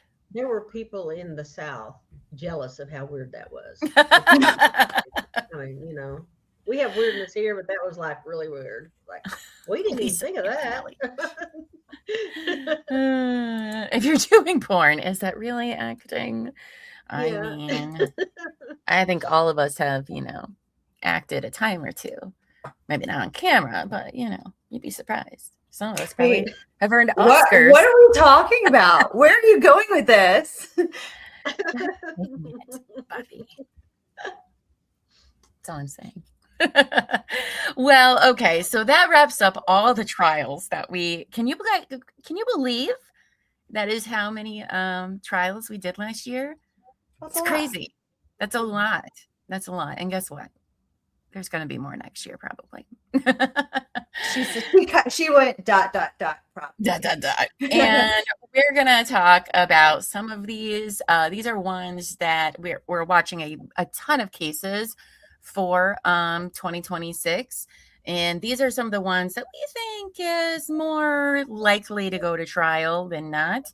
But you never know. Court's funny like that. And these are the only ones we know about. So it's some of the ones we're hoping goes to trial too. And hoping, yes. All right. So the first one on our list is Georgia versus Sarah Grace Patrick. So put this on your calendar, guys. Yes, raindrops already saw it coming. Yes, this case, we're going to be hopefully watching this one real soon. So in case you're not familiar, yes, in case you're not familiar, let's talk a little bit about this case. So 17-year-old Sarah Grace Patrick is charged as an adult with 2 counts of murder and 2 counts of aggravated assault in the February 2025 shooting deaths of her mother and stepfather in Carroll County, Georgia. This just happened this year. I can't believe it. Feels like it just happened, but it was February. I know. Victims Kristen Brock, 41, and James Brock, stepdad, 45, were found shot to death in their home. Patrick called 911 after her 5-year-old sister discovered the bodies. After months of public mourning on TikTok, Patrick turned herself in July 2025 and has been held without bond amid concerns she poses a flight risk and could influence witnesses. I mean, yeah. Defense has sought a change of venue due to extensive publicity and pervasive media true crime coverage. The judge has denied the defense's request, which I read those, his denial, and I was like, yeah, that's, I deny that too. You guys aren't that special. It happens everywhere. The trial is tentatively set to begin Monday, January 5th, 2026. While the motive is still unclear and a life sentence possible if convicted. Oh, and in case you guys didn't know, the judge is a hottie. Kelly, control yourself. That hair is, I was giving Patrick Dempsey. You guys, if you I have was not like, seen him, you didn't realize how cute he no, was? Like, oh. no. I was like, I'm waking up early every morning. I'm not going to complain about it. She's like, I'm gonna get dressed up like he can actually see me. Yeah, you'll go see Sam. You'll go see, and you'll be like, Llama's right again. She's like, let me see. I did not download a photo for that, but you can. Yeah, hold on. You can use YouTube. Because I was like trying to watch like their last hearing, and like 2 seconds in, I was like, oh my God. What? It doesn't matter what his name is. Have We you don't need seen to him, know Elbow his Feet? name. You would think the same. All right. He's a cutie. Let me pull this guy. You know, he's more than just a body. He's a person with a brain. We don't need to know his name. It's Care what her name better is. if we don't know his name and we just can call him the Judge. There you go. There he is. You see it? You see that face? No, Look at that guy. I don't even know his name. His name's Justin something. Oh, he looks like a Justin. Justin. We Actually, I just think call it's him Judge- Dustin. Judge I think it's Justin. Dustin. I'm sorry. He's Oh, a it's not even person, and Justin, we it's should not Dustin. be objectifying. And what country did the somethings hail from? You're fine. You're not on the panel. You're right. Where's his mute button? Right. So we are. Oh, that's this. We don't. You don't need to see this. This is not what I was sharing. Hold on. I've lost my whole. Uh-oh. Did I get that? All right. We're winging it. There we are. Okay. I found it again, I think. Nope. There we go. There you go. And we're back. I think he's so distracting. I don't know how we're going to make it through. Lost my place.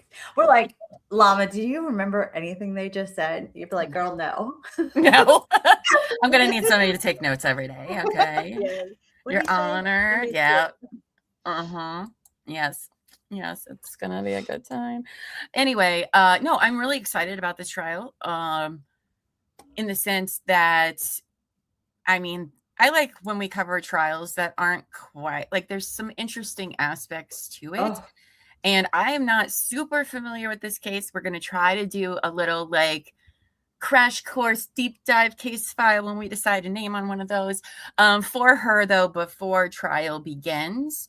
So we will catch everyone up on what to go here. So I don't really know how this is going to go. I have not kept up with this trial. That's about as much as I know. So I am excited about this one. Again, Monday, January 5th. Put it on your calendar because court is hopefully going to be in session. Oh, but they're waiting on something because they just had a hearing the other day. Yeah, they're waiting What on was the neuropsych evaluation. That's right. The defense is Well, the witness. evaluation's been done. They're waiting for the report to be finished Mhm. so that the defense can get it, go over it, give it to the prosecution. Prosecution's going to find out whether or not they want to hire or get a expert to combat Mhm. the defense's expert. And if they do, they'll get more time. Yeah, we're not going to know till after Christmas. if He this said is it would be like right before trials. it's supposed to start. literally They're right gonna- before. Yeah. I But don't because I already made the thumbnail for that trial. Yeah. Yep, that's our curse. Yeah. Every time we are like, let's plan out, plan A, B, and C, and D this year. And then we were like, well, great. Now none of this stuff is going to go through It's not going to happen. because that's our curse. Sorry. So Sorry. that we will be doing probably 6 a.m. Pacific time. Yeah, because it would start 9:00 a.m. my time. But I mean, you saw that judge. Oh, that's You can 7 get up o'clock early. my time. Yeah, because No, it's 8:00 your that's time, easy. babe. Oh, wait, it's Central? Yes. No. No. Eastern. You're Central. I'm not. Yeah. I was Georgia's talking about on the trial. East. Is Georgia? Oh, Georgia's not. Uh-uh. I think Wait, it Georgia's is. all Georgia's up. Eastern. So I Yeah. thought it was Georgia- Eastern. Eastern time. Yeah, I Yes. think It Georgia's is. all So- Eastern. So now that we're all on the wrong time zone, Yes. I still don't know what time it starts. We don't know that. So yeah, I mean, I have no idea my thoughts on this case because again, it's one No, that I it's going to haven't start early. They always start You know. early. thought of. So I can't wait. We don't do time zones. So that will definitely be one of the first trials we cover of 2026. We are also, I don't know what happened to my little remote. Oh, there it is. Okay. The next trial after that is Arkansas versus Aaron Spencer. Okay, now I got a lot to say about this one. So, but before we do, this is what this trial is briefly going to be about. So, Spencer is charged with second-degree murder with a firearm enhancement for the October 8th, 2024 shooting death of 67-year-old Michael Fossler in Lenoke County, Arkansas. The incident occurred after Spencer found Fossler with his missing 14-year-old daughter, who Fossler was previously accused of sexually assaulting and stalking. Like 49 charges against this guy or something like that. Prosecutors alleged Spencer forced Fossler's vehicle off the road and shot him. Spencer claims he acted to protect his daughter, who was in his car. Case drew widespread attention. Arkansas Supreme Court struck down a gag order aimed at limiting public commentary, and this trial is now scheduled to begin January 26, 2026, and I see no reason why it wouldn't at this point. Of everything we've read about that, it's going to be a very short trial. 5 days is all they've reserved, which is not surprising. If you've read the court documents, basically, I think they just need to do their opening statements and then hand it over to the jury. Like, I don't even know what we're doing here. This one is going to be controversial, but also I don't think so.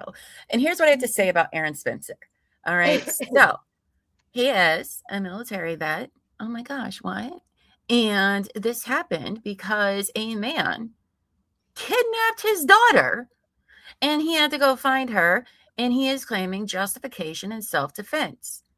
Unlike you, Mr. Dustin Duran, this guy actually had what happened that you claimed, and that's why we're like, nobody believes your stupid fucking story.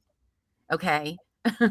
So this one is gonna be, I don't know. I mean, what I've read so far in all the motions and everything, I don't even know why they brought charges against this guy. Well, I always said when my son was younger, he's 36 now, but when he was little, younger than this girl, I said, if somebody hurts my kid, I can spend the rest of my life. I was about to say, I don't see a jury at all. Ever I would regret him. No. So I would hear opening statements. I'd be like, where can I fill out the form? Where can I sign? I'm not guilty. I mean, she was actively in his car. Like, this isn't like, oh, you were just like, you even went to try to get like justice after the fact or something. Yeah. Like, he literally took her from the house. What are we even talking about here? Right. A 67-year-old man. I'm ready to make my verdict. I'm done.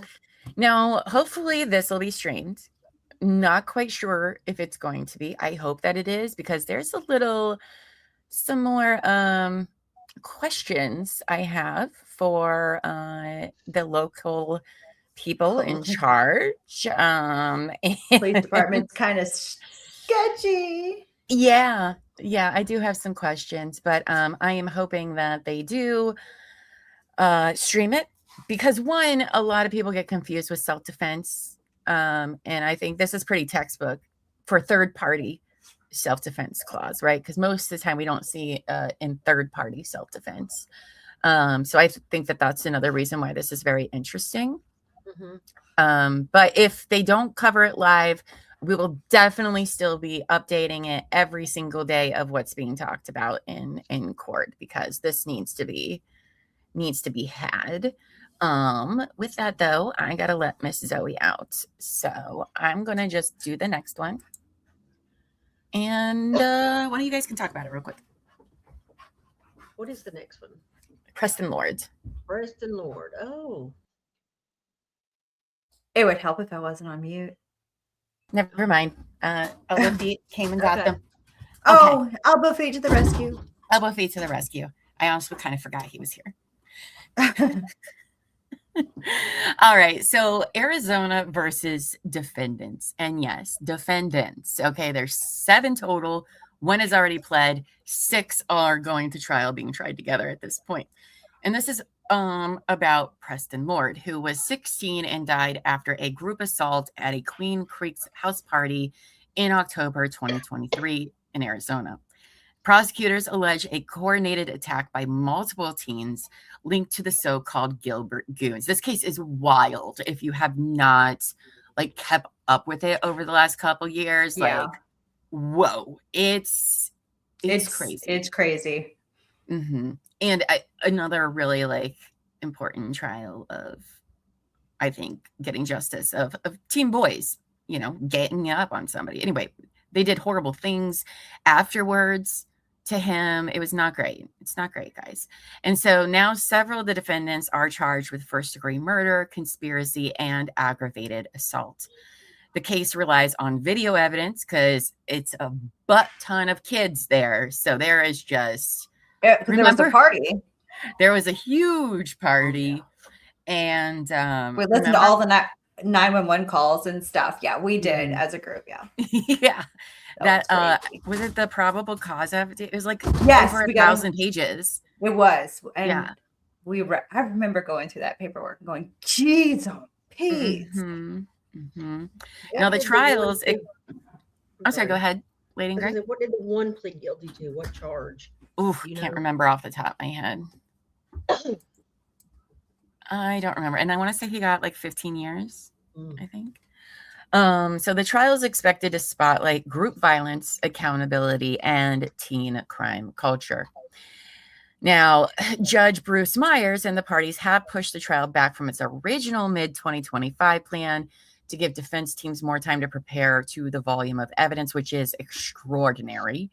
And so it's rescheduled to begin on January 12th, 2026. I don't know if this trial is going to be streamed. I feel like it is, but we're probably not going to watch it because it's probably going to take months. With the amount of evidence they have to show video wise, plus 6 defendants with 6 lawyers, I would look at least 3 months for this trial. But it is something we're watching. But it is something an eye on. Yes. We will be watching, we will be updating, but it's a very complicated web of stuff there. So if you haven't looked into it, you guys will just be like, wait, what did they do? Yeah, that was crazy. Yeah, and then some of the kids are spoiled ass rich kids whose parents like were hiding them, and the local drama is also very interesting. Hi, Justine. Hi. So that's another one. Like I said, I don't think we'll be watching the trial because that's a lot to commit to, but you never know. We'll see. And if it even goes, because I think they're still asking for it to be split, for the defendants not to be tried together. So another trial, Virginia versus Brendan Banfield. Banfield, not Banfield. I always say that. Banfield. So Banfield is charged with aggravated murder in February 2023, deaths of his wife, Christine Banfield, and Joseph Ryan in their Reston home. This one is freaking nuts, you guys. So prosecutors allege Banfield and the family's au pair, which means like live-in babysitter, apparently. I don't know. That's what rich people call them. Juliana Perez Magalhães used a fetish site scheme to lure Ryan, Joseph Ryan, the victim, to the house, then killed both the victims and tried to frame it as self-defense. The au pair pleaded guilty to manslaughter and will cooperate. So Juliana's already pled guilty, took a plea deal to testify against Brendan in his trial. So Brendan also faces charges of child abuse and neglect charges tied to their young daughter being present during the killing. The defense has fought over evidence disclosure and challenged forensic interpretations of online account activity. And the trial is scheduled to begin January 13th, 2026. And we have this on our After Dark calendar to cover because it has some spicy things that they'll talk about. Also important to know that Brendan was an IRS criminal investigator. So, and I do believe it was his service weapon that was used to kill Joseph and Christine. Because because I they don't know tried. much about this case. Oh, this one's a doozy. So, like, the reason they were on that fetish site is because they claim that Christine, his wife, was into BDSM and had this account and invited this guy over for an affair, blah, blah, blah. That's not what happened. There's no proof that Christine was ever into it. As a matter of fact, it was them contacting this random guy as her, catfishing him, to come over to the house. And then they killed the two there and then staged the scene to make it look like he walked in and saw this man on his wife and shot him. And that's now I know this is going to be on an After Dark episode. Yes. Yes, it is. Now we also don't know if it's going to be televised. Honestly, nothing about it has been. And not a lot of information has been out about it, but you never know. I do think there will be some updates somewhere because very interesting indeed. Crazy. Rest in Virginia is practically DC. Yes, this takes place in Fairfax, Virginia. So pretty much, right? Mm-hmm. This is some murder she wrote. Yes. Sam says, did they think this would be a way for them to be together? Yes, because if I remember right, this is based on memory when we covered it, when it kind of broke on Couch Court. She, the au pair, Juliana, moved into the master bedroom literally like a day or two after the murders. So, yeah, they thought they were going to. The wife's clothes out. Didn't she take her clothes out of the closet? I think so, yeah. It was weird. I think so. It's been a while, so. I mean, I don't know what that tells you, but it tells you something. Yeah, so together they plotted to have these murders occur, planned it all out, and executed it together. So that one will be very, very interesting. Oh, yeah, very hand that rocked the cradle. Yes. So then next up, we have Michigan versus Dale Warner. Now, this is one I don't know a lot about at all, and I think we're going to go in blind for this one. I don't think we're going to do any pre-trial coverage and just see what happens if we end up covering this trial. Because remember, some of these trials are happening at the same time as other ones, so nobody heard of divorce anymore, but then he'd have to pay all that money, Raindrop. Don't want to do that. So Michigan versus Dale Warner. Warner is charged with open murder and tampering with evidence in the death of his wife, Dee Warner, who disappeared April 2021. So this was a missing persons case for quite a few years before charges were brought. Well, Dee's remains were found in August of 2024, hidden inside a sealed anhydrous ammonia tank on Warner's property. Her death was ruled a homicide. Prosecutors say that Warner killed her and concealed her body for years. He denies any involvement. They always do. Of course, as one does. And defense failed to secure a change of venue, and motions to exclude evidence has largely been denied. And the trial is now scheduled to begin January 27th, 2026. And I do think it will go through. Also, interesting, this also is happening in the same county, if I remember right, as John Skelton. Oh. So I think it's Lenawee County. I'm pretty sure. I don't know. A lot of crazy cases have been coming out of Michigan lately. Amos. But no, I'm pretty sure it's from the same place. So, okay, yes. So that's all I know about this case too. I don't know much beside it. Yeah, so. I didn't know much about it either. I just saw it kind of popping up and I was like, oh, that's interesting. So we got that one on the back burner. I think that could be and we're all going to have to learn how to say anhydrous. Yeah, that one. Anhydrous ammonia tank. Also, what does that mean? Is that for like farming? Probably. Your man says it's for meth. Anhydrous. What was I Probably saying? That's probably not what it was bought for, but it's probably used for that. Androgynous? Maybe we don't know what he does. Maybe. We don't know what his extracurricular activities. This is. Well, I mean, he may have disguised it to be on the farm for farm use. I don't know. Hey, babe, I don't can you either. give me more coffee, please? I mean, it is a farm country, a county. Like, it is a very small farming county. It wouldn't I've be seen that some of rare. the video. They actually searched that farm, searched those, but the time he sealed it back up where it looked like it hadn't been opened. Oh, And interesting. then they went back, and I can't remember why they went back. If they went back because they got a tip or somebody, or they just said, we've got to go back here and check this again. Or maybe, no, I remember he said they couldn't go in there because there was a spill and it was too dangerous for the dogs to go in. That's what it was. Yeah. How convenient. Yeah. Mm. I'm pretty sure that's the We both did the convenient. Yeah. So I again, I know nothing about it. So that'll probably be one of those blind ones we go into, which I like every now and then, you know. Sometimes it's, you know, nice to learn along with the jury as opposed to, you know, knowing too much in advance. So certainly interesting for sure. So by the way, these last ones were all in January, you guys. Yeah, that's a lot of trials all in 1 month.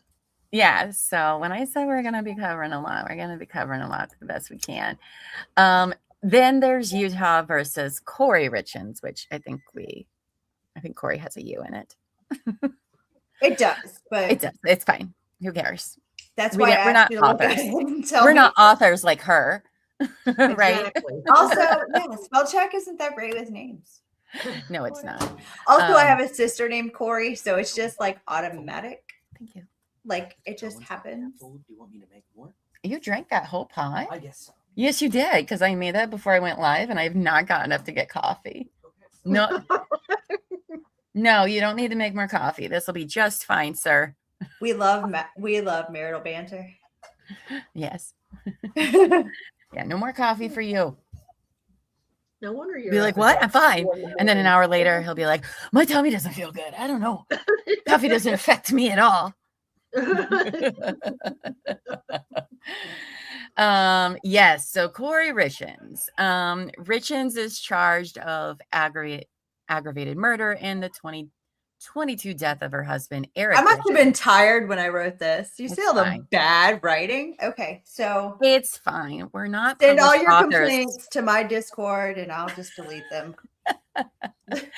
So prosecutors allege she poisoned him with fentanyl in a Moscow Mule, which is a drink, to collect life insurance money.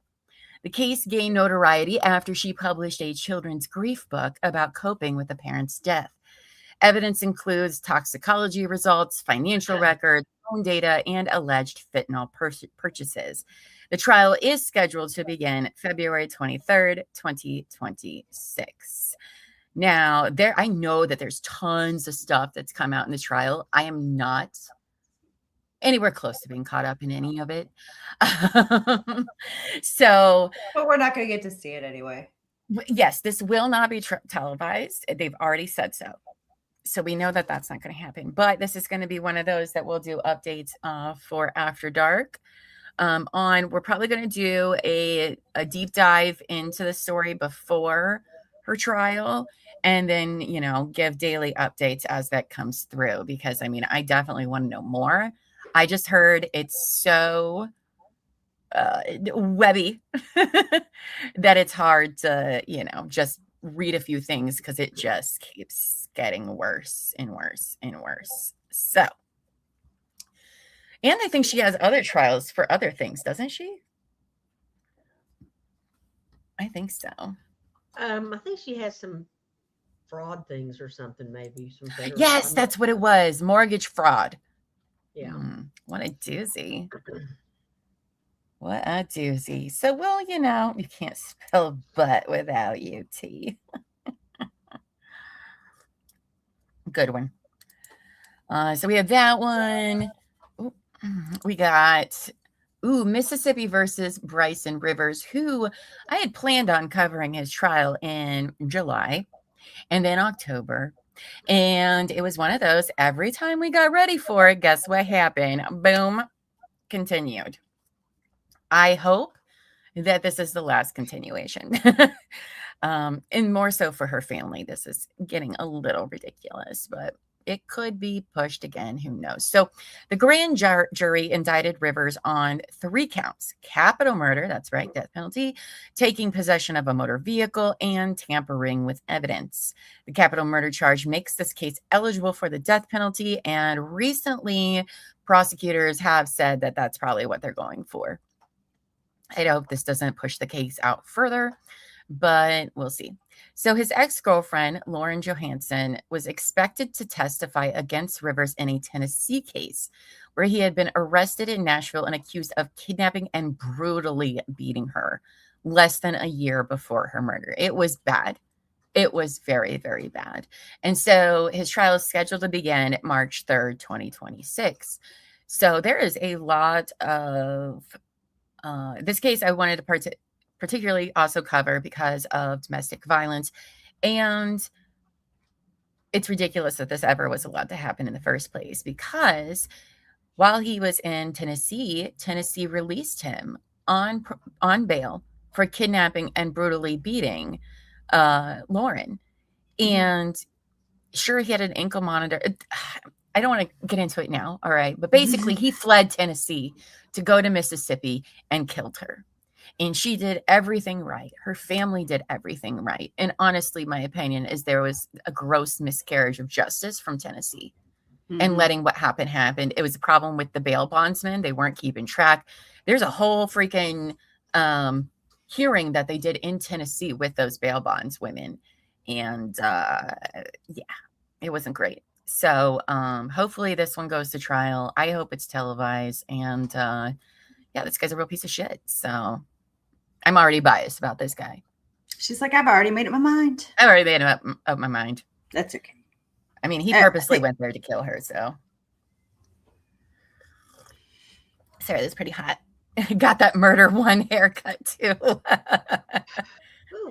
Oh, well, I think his arrest picture, he has like really long hair and like a beard, if I remember right. But yes. So and blood all over his face. Yeah. I hope that this does go to trial too, and Lauren and her family get justice from that piece of shit. So there's also Massachusetts versus Lindsay Clancy. Now, you all know that I don't cover kid trials because they're not great. I don't really do well with them after the fact. It's a lot, but I do have 2 kids trials about children who have been murdered on the list for next year. And that's because they're both really important. Lindsay Clancy is very important, and let's hear a little bit about her case. So she's charged with 3 counts of first-degree murder in the 2023 deaths of her 3 young children in Duxbury, Massachusetts. Prosecutors allege she strangled the children while home alone with them. Lindsay then attempted to end her life by inflicting self-injuries and jumping from a second-story window, which left her paralyzed from the waist down. Now, the defense argues that she was suffering from severe postpartum mental illness, including psychosis, and the trial is scheduled to begin on July 20th, 2026. And I'll say this, the reason why I'm super into covering this trial is because it is very, very similar to Andrea Yates' trial and her case, and the ways that, listen, Lindsay was in and out of hospitals. She was getting a lot of help. And postpartum depression, psychosis is unbelievably real. And it happens a lot. And so, you know, I want to cover this case for the mental health aspect because, you know, I remember hearing all about Andrea Yates when I was younger and her trial. And, oh, you know, people would talk about, oh, she's the woman that did this, you know, and there was never any talk about what actually had occurred, you know, and so I want to make sure that Lindsay's case is covered as well and appropriately, and that she's just, you know, not some asshole mom who, like, she had struggles, I guess is what I'm saying. So I'll be covering that one probably. Only because, again, that really just needs to be in the conversations more and more. And Terry does Dearest Mother's Darkest Secrets, and at least half of those cases that she's covered is from postpartum psychosis. Like, and when that's the case, and it's so sad. So sad. So after Lindsay, there's Utah. Back in Utah again. Utah is all over the true crime world. Like, what is going on What's in happening? Utah? What's in the water? I don't know, but Utah, Michigan, sorry y'all, but what is happening? Or is it just we hear about them because they'll televise them and you won't hear about the other ones? Maybe. So this one is Utah versus Jennifer Glidhill, and this happened not that long ago. She's charged with aggravated murder in the 2024 killing of her husband, Matthew Johnson, a member of the Utah National Guard. So prosecutors allege she shot him, dismembered his body, and disposed of the remains in multiple locations. Johnson's body has never been found, despite an ongoing search across large parts of the state. Now, Glidhill's parents, Rosalie and Thomas Glidhill, were also arrested and faced multiple first-degree felony charges of obstruction of justice for allegedly helping their daughter cover up the murder. Yep, you heard right. And her trial is upcoming. We don't know exactly when yet, with life without parole possible if convicted. So, also, I have noticed there's a lot of women dismembering their husbands. Right? There's a lot of women doing this. I mean, Brian Wall, but like we had Devin Michaels, Taylor Shabusiness, this lady, like there's a lot more women doing this. I don't know. Well, I'll say this. How are they supposed to carry a dead body? I'm just saying. A grown man's dead body is going to be well over, We just cut them up in little pieces. It's like a craft project. It's fine. Ugh, I don't know what that's about, but you're right. I think that's something. But also, so she was having an affair, and she tells her affair partner that she did this, allegedly. That's what he says. No. And he went to the cops and said, this is everything she told me. And they have not released his name last I checked. Obviously, she knows who it is. But it was her affair partner that was went to the cops about it. And her parents helped her get rid of the bloody mattress. This case is crazy. Crazy. That's crazy. So, another couple that doesn't believe in divorce. It's so sad. Divorce is expensive, y'all. All you need to do is go get a hacksaw, a couple of buckets from the Lowe's. Mm-hmm. I'm kidding. Buffy's gonna be on our 2027 trial watch. Watch out, Mr. Buffy. I get a little queasy.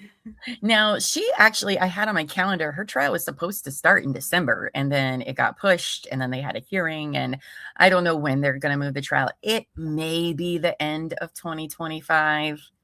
I don't know. It just happened in 2024 with her parents being involved. I don't know when that's going to start, but it's definitely one we'll be keeping an eye on for sure. Yeah, see, I saw the receipts from the Brian Walsh trial, and I kept a running total. So it is far cheaper to do it his way. And it's just done. You're over, right? I mean, his defense, but and the fines. But, right? I just feel like it's so messy. Or you just don't get married. How about that? Yeah. We could just still be together. We've been together for 13 years. We're not married. It's fine. Nobody can tame me and lock me down. Just kidding. All right. So next, there you go. I forget who was Raindrops and Feathers, I think, was bringing her up. Florida versus Courtney Clooney. I think this is going to trial this year. This is I don't my know. favorite. But this has to be happening this year. This has been going on for too damn long. I think so, yeah. When, we don't know yet, as far as I know, since you've made this. There isn't a scheduled date. Though she had a TBD. hearing. Did she have a hearing the other day? She did, I believe so. Okay. So Clinny, Like if you have no idea what this case is about, Clinny is charged with second-degree murder in the 2022 stabbing death of her boyfriend, Christian Umseli. I hope that was right. I forget how to say it. In Miami. Prosecutors allege the stabbing followed a history of volatile domestic violence and was not self-defense. Defense claims Clinny acted in self-defense during an abusive confrontation. Evidence includes surveillance video, text messages, autopsy findings, and prior police calls. The trial is upcoming, expecting in 2026. I'm going to say summer, probably. Summer or fall would be my guess. Clinny has pleaded not guilty and remains in custody. And I couldn't fit everything on the slide, but if you haven't gone down this rabbit hole. Oh, boy. Wasn't her claim it was an accident? Like she threw a a knife. Threw a knife at him or something. At him. And it just happened to And kill it, him? yes, and it stabbed him And right in now the. it's self-defense. Okay. Yeah.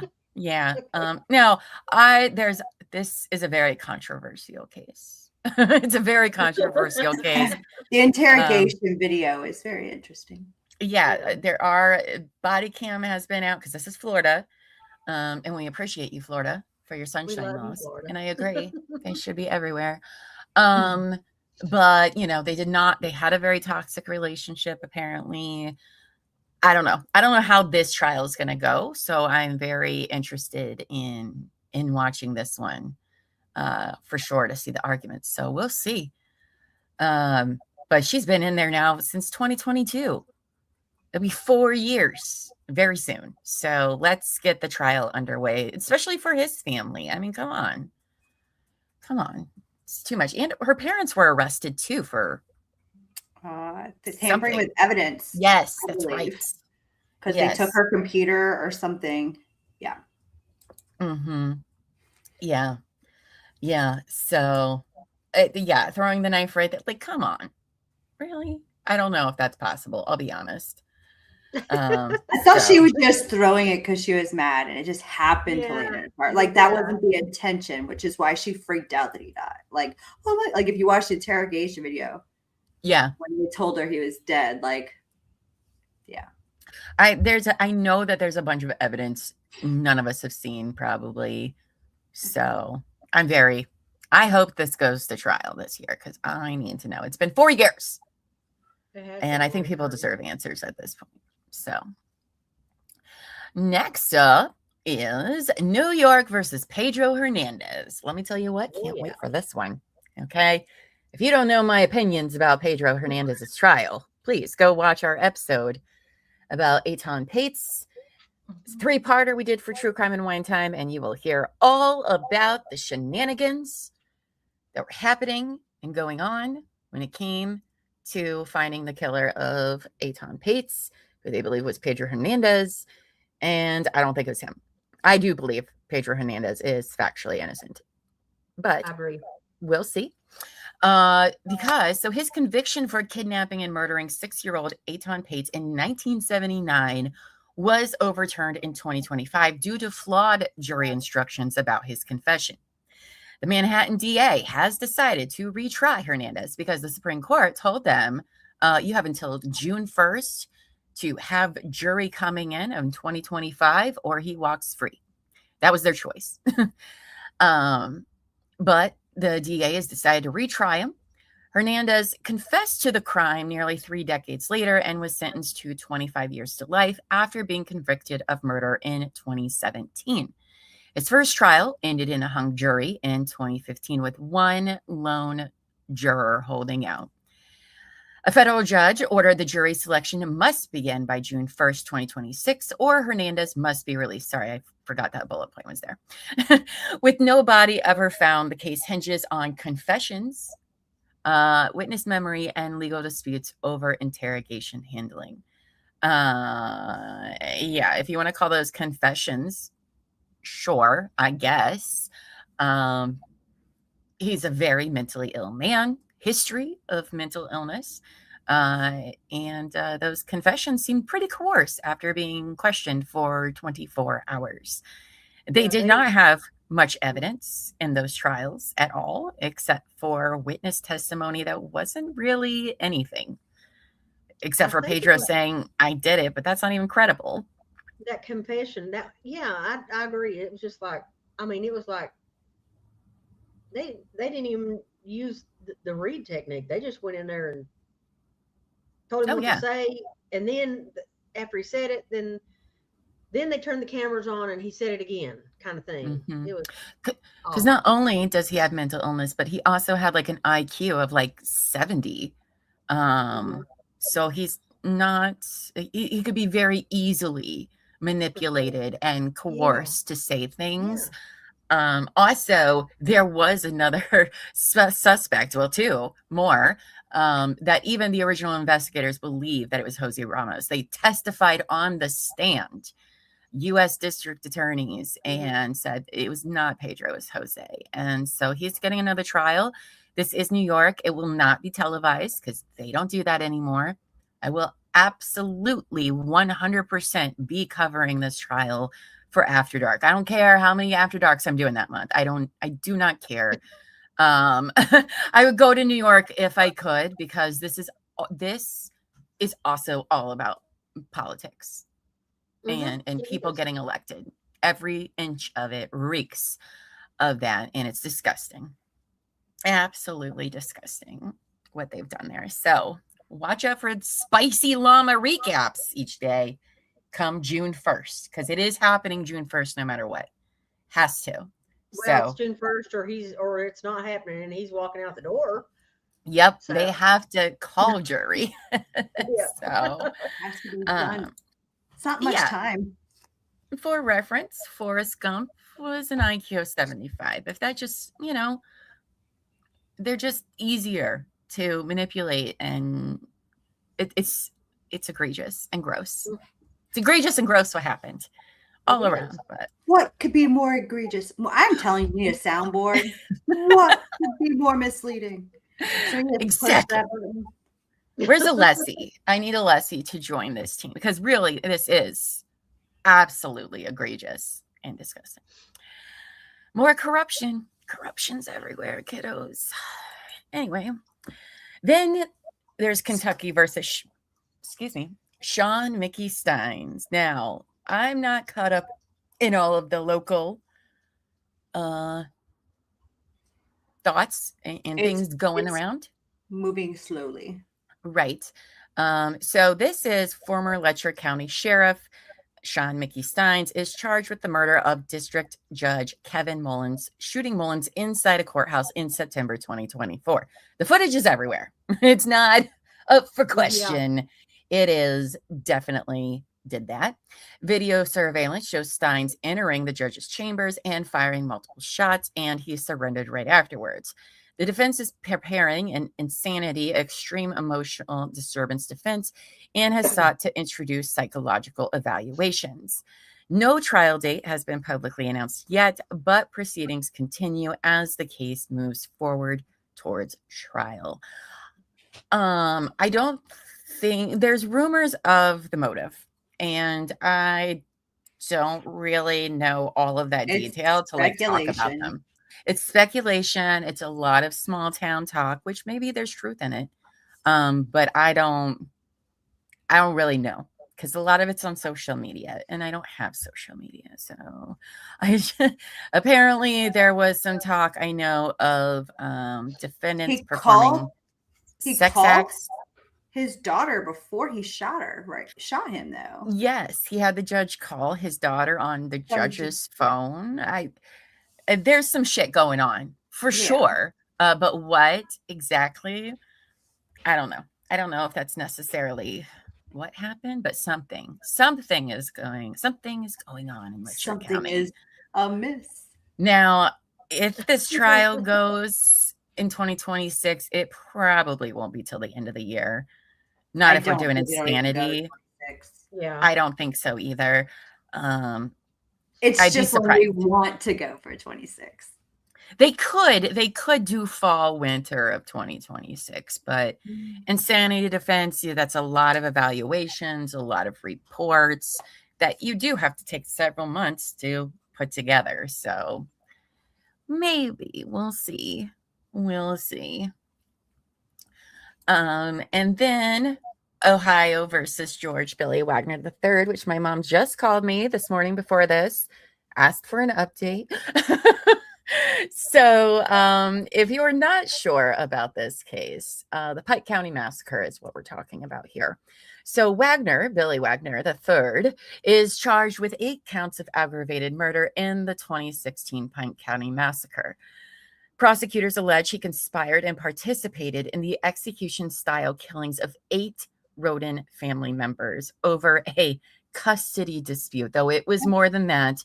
And I have my own theories, and that's why I can't wait for Billy's trial, because I think that Billy's motive was different. His son, George Wagner IV, has been convicted, and another son, Jake Wagner, pled guilty and testified for the state, along with his wife, Angela Wagner, Billy's wife. Yes. Angela Wagner, the mom. Co-defendants' convictions strengthen the case, through co-conspirator testimony, digital evidence, and planning details. The trial is upcoming, though no trial date has been set. Wagner III faces life without parole or the death penalty if convicted. Boy, do I have some stuff to say about this one, because this has been made a mess. His name is George, but he goes by Billy. Wouldn't that be William?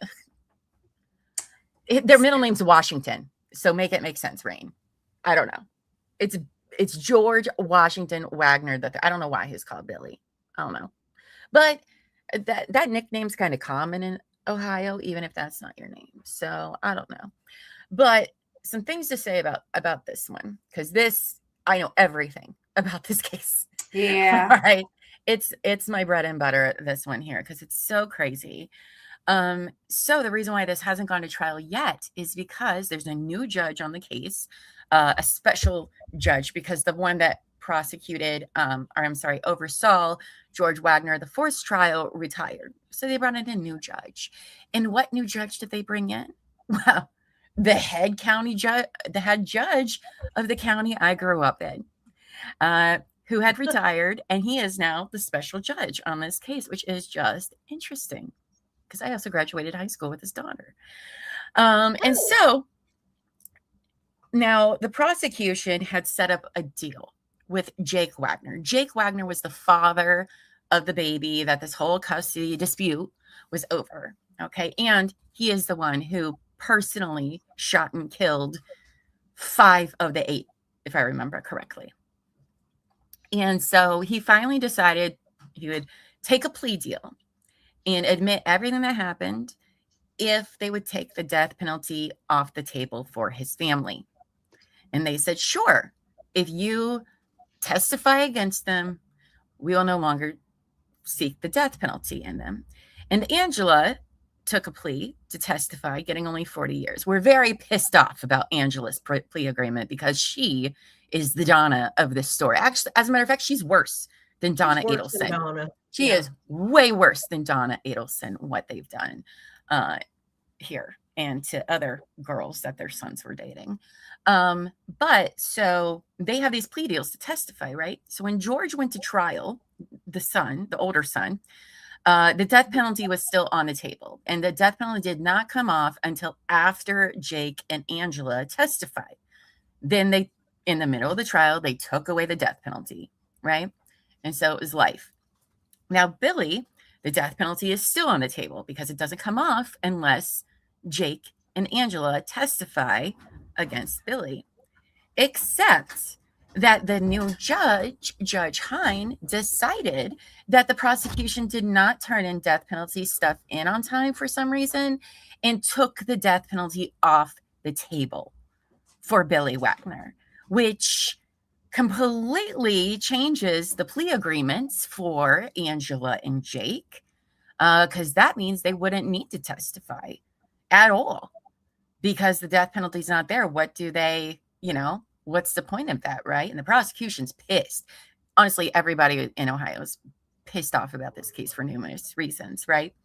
And so the prosecution has taken this to the Ohio Supreme Court to bring the death penalty back on the table, saying the judge had no right to do that. And so that's why this trial has been halted, because they're waiting for that Ohio Supreme Court to come down and possibly bring the death penalty back on the table. And they're looking for a change of venue, because where this happened is also a very small county, like 30,000 people live there. That really makes me mad because of George the Fourth. Because yes, his trial, I'm not saying it would have, but it might have been totally different if his brother wasn't testifying. Absolutely. Absolutely. Yes. Because now I'm not saying. I know. Yeah. That he should have you know gotten. I don't think life without parole for him is. I just don't think that's right. I don't think so either. I mean, yes, obviously time. Yes, but time. He should have got the same deal as his mom. Yeah, he should have got opportunity for parole at some point. Well, because the judge did this, George Wagner the Fourth is using that in his appeal. He should. You know, so it's created a mess. And now they're trying to change the venue because it's in a very small rural part of Ohio.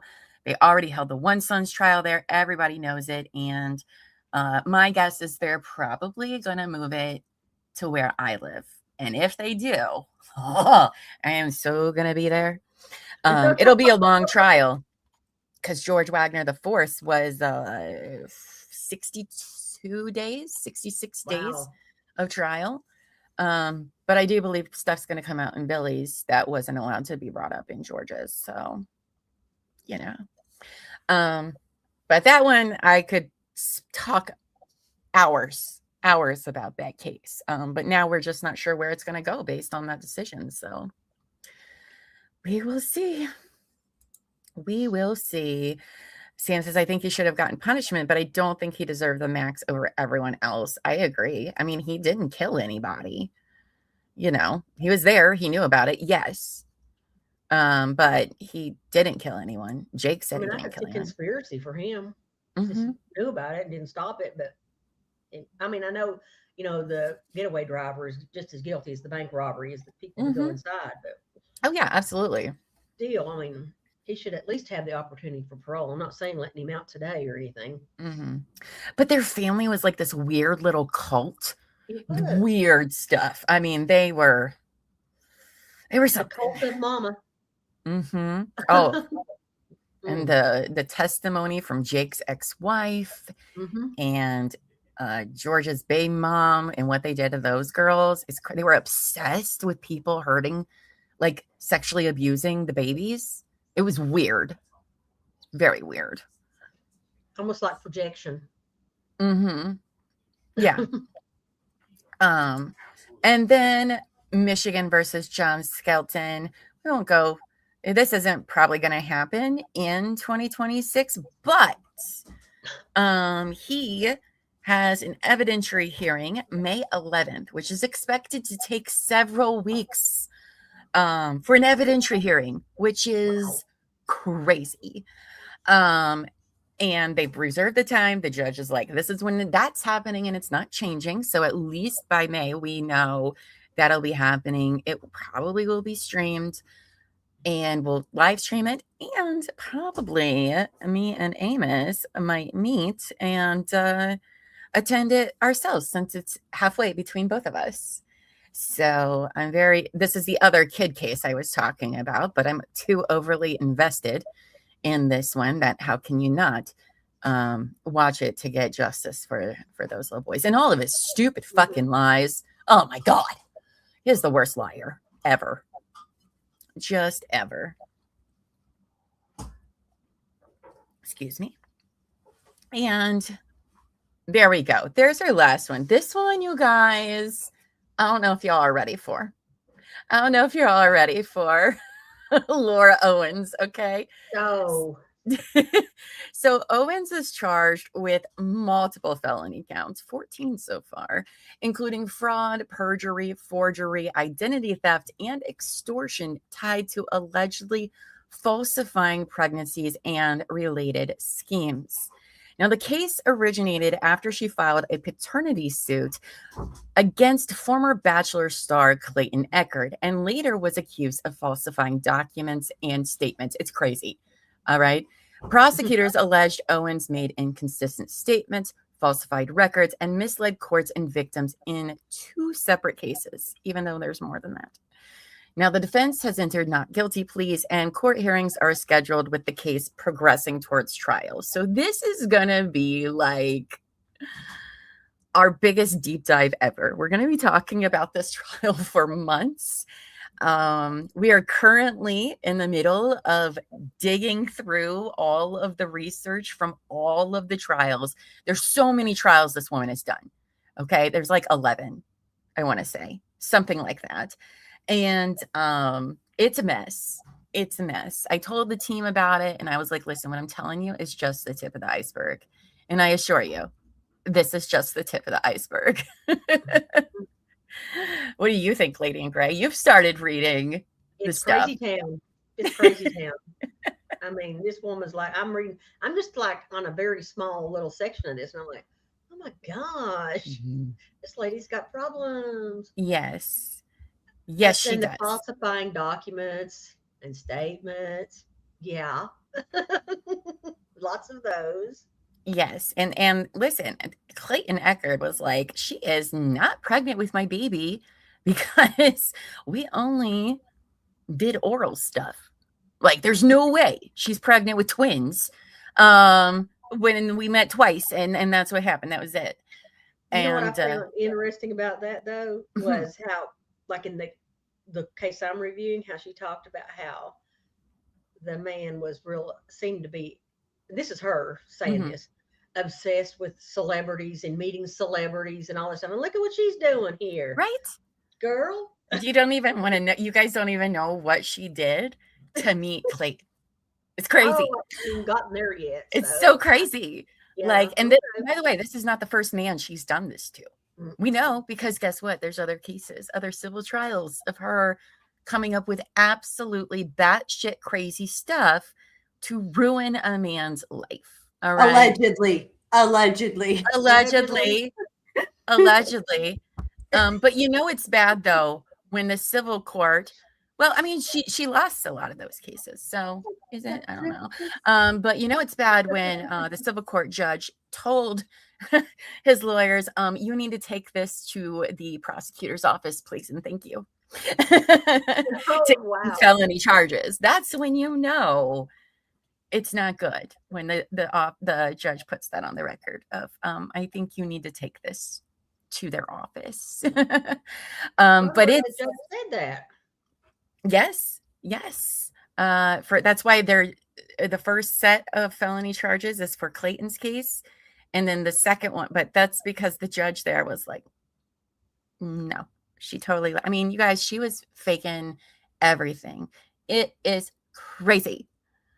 She has cuckoo bananas and she likes suing everybody about it. So we're in the middle of a deep dive of researching. It's one of those where there's so many players, so many court cases to dig through.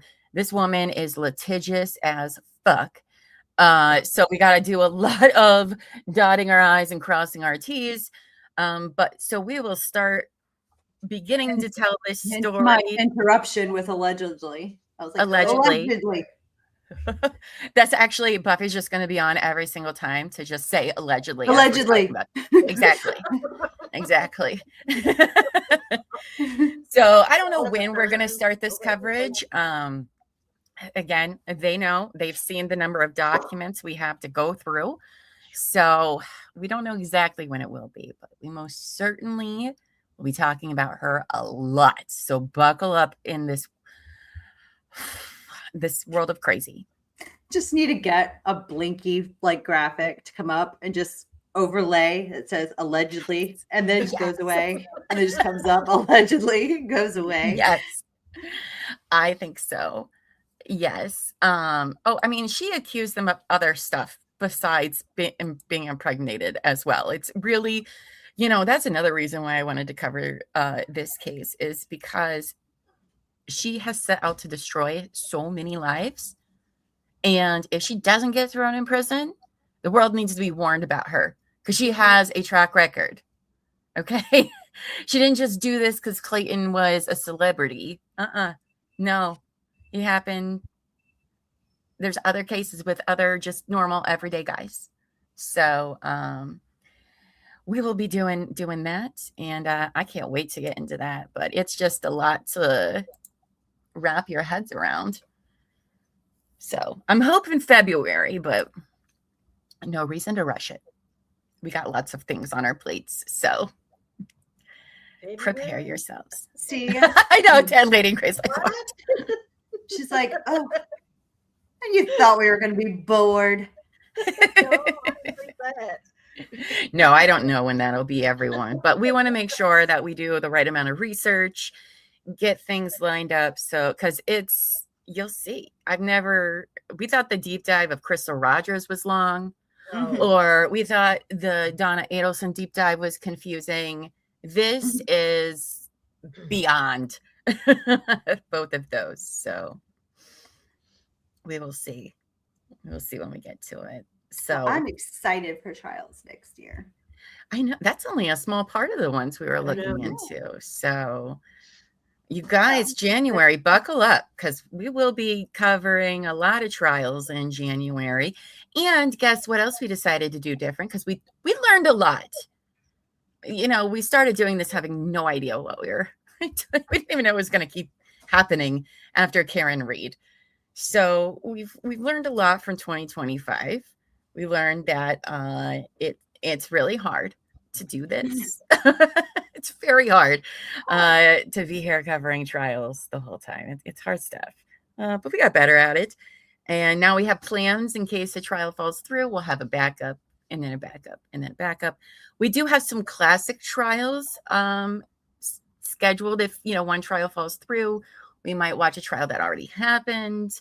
That Perfect Neighbor lady, Susan Lawrence. Is that how you say her last name? I forget. She'd be the first classic trial that we might cover, but when we have time. So that's what we got for you guys. Wow. That was a lot.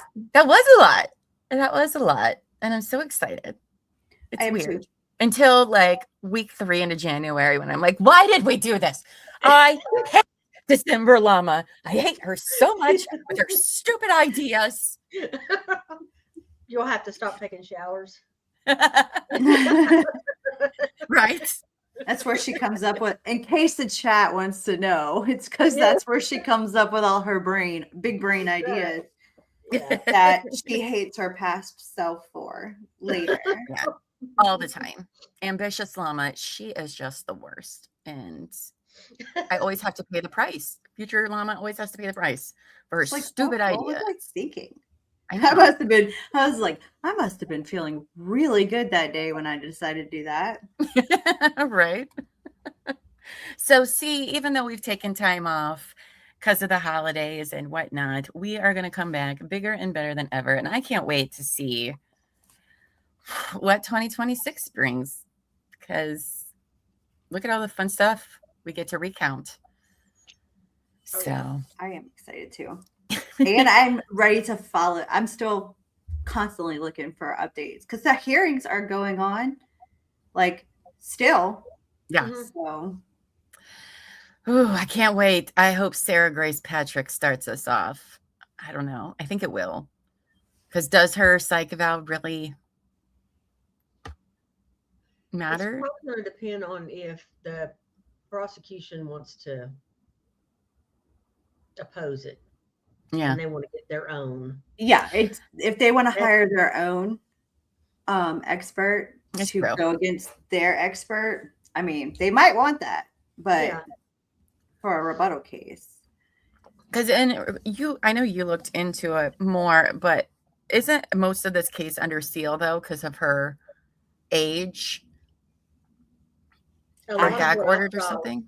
I haven't really. Said the court documents. There was a seal put on everything. Oh, okay. Because of her age, and also I think just for the publicity because there'd been so much. But there's not supposed to be anything going out, and the documents are all sealed up. Oh, okay. At least So for with now. lots to learn. Mm-hmm. When we So go we to this don't really, trial, so. we don't, the prosecution says they have a lot of evidence. They have, digital evidence and all this stuff. And I'm sure it's more, I don't know how, and I don't know what, than just the TikTok videos and stuff. But they do have all that. But we don't know what else they have. That's true. The thing that That is pisses me true. off the most, should I say that pisses me off the most about that case is that she let her sister find them. Yeah. So that 5-year-old is going to be traumatized the rest of her life over that.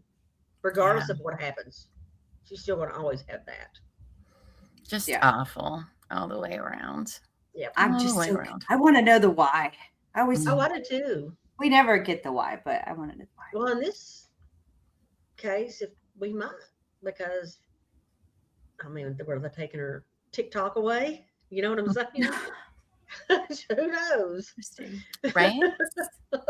Oh, thanks, Sam. I've been saving wearing this shirt like for 2 weeks for the show. And tonight, well, you guys, I am so excited about our 2026 lineup. I can't wait to, have some of you guys on as well while we cover these trials. Some of them said they'd love to come on, so I can't wait for that. Well, that's all we have for you guys today. So we will be back no matter what. I believe we're going to be back Monday, January 5th with something, whether it's the Sarah Grace trial or something for you, though. Couch Court with Llama will return Monday, January 5th. But we're going to take the next couple days or couple weeks off for the holidays to celebrate. So we'll all see you, I guess, next year. Tonight, members, 9 p.m. Eastern is TMI, Too Much Internet. You'll get me, Lady in Gray, and Amos on tonight's episode at 9 p.m. So members, come do that. And if you're not a member yet, join. It's a whole 99 cents a month. And to enjoy that show, we have other ones as well. But anything you guys want to say before I take us down? You're like, no. I'm just looking forward to another year, and hopefully they won't all. They won't all. We won't. I have to go to Plan B every time. Hopefully. I'm saying, hopefully. That's your New Year's wish. Right. Well, you guys, thank you for coming on and helping me wade through all of these trials. I look forward to it. And you guys know the drill. Until next time, next year, even next year, go forth and be amazing. Bye, guys.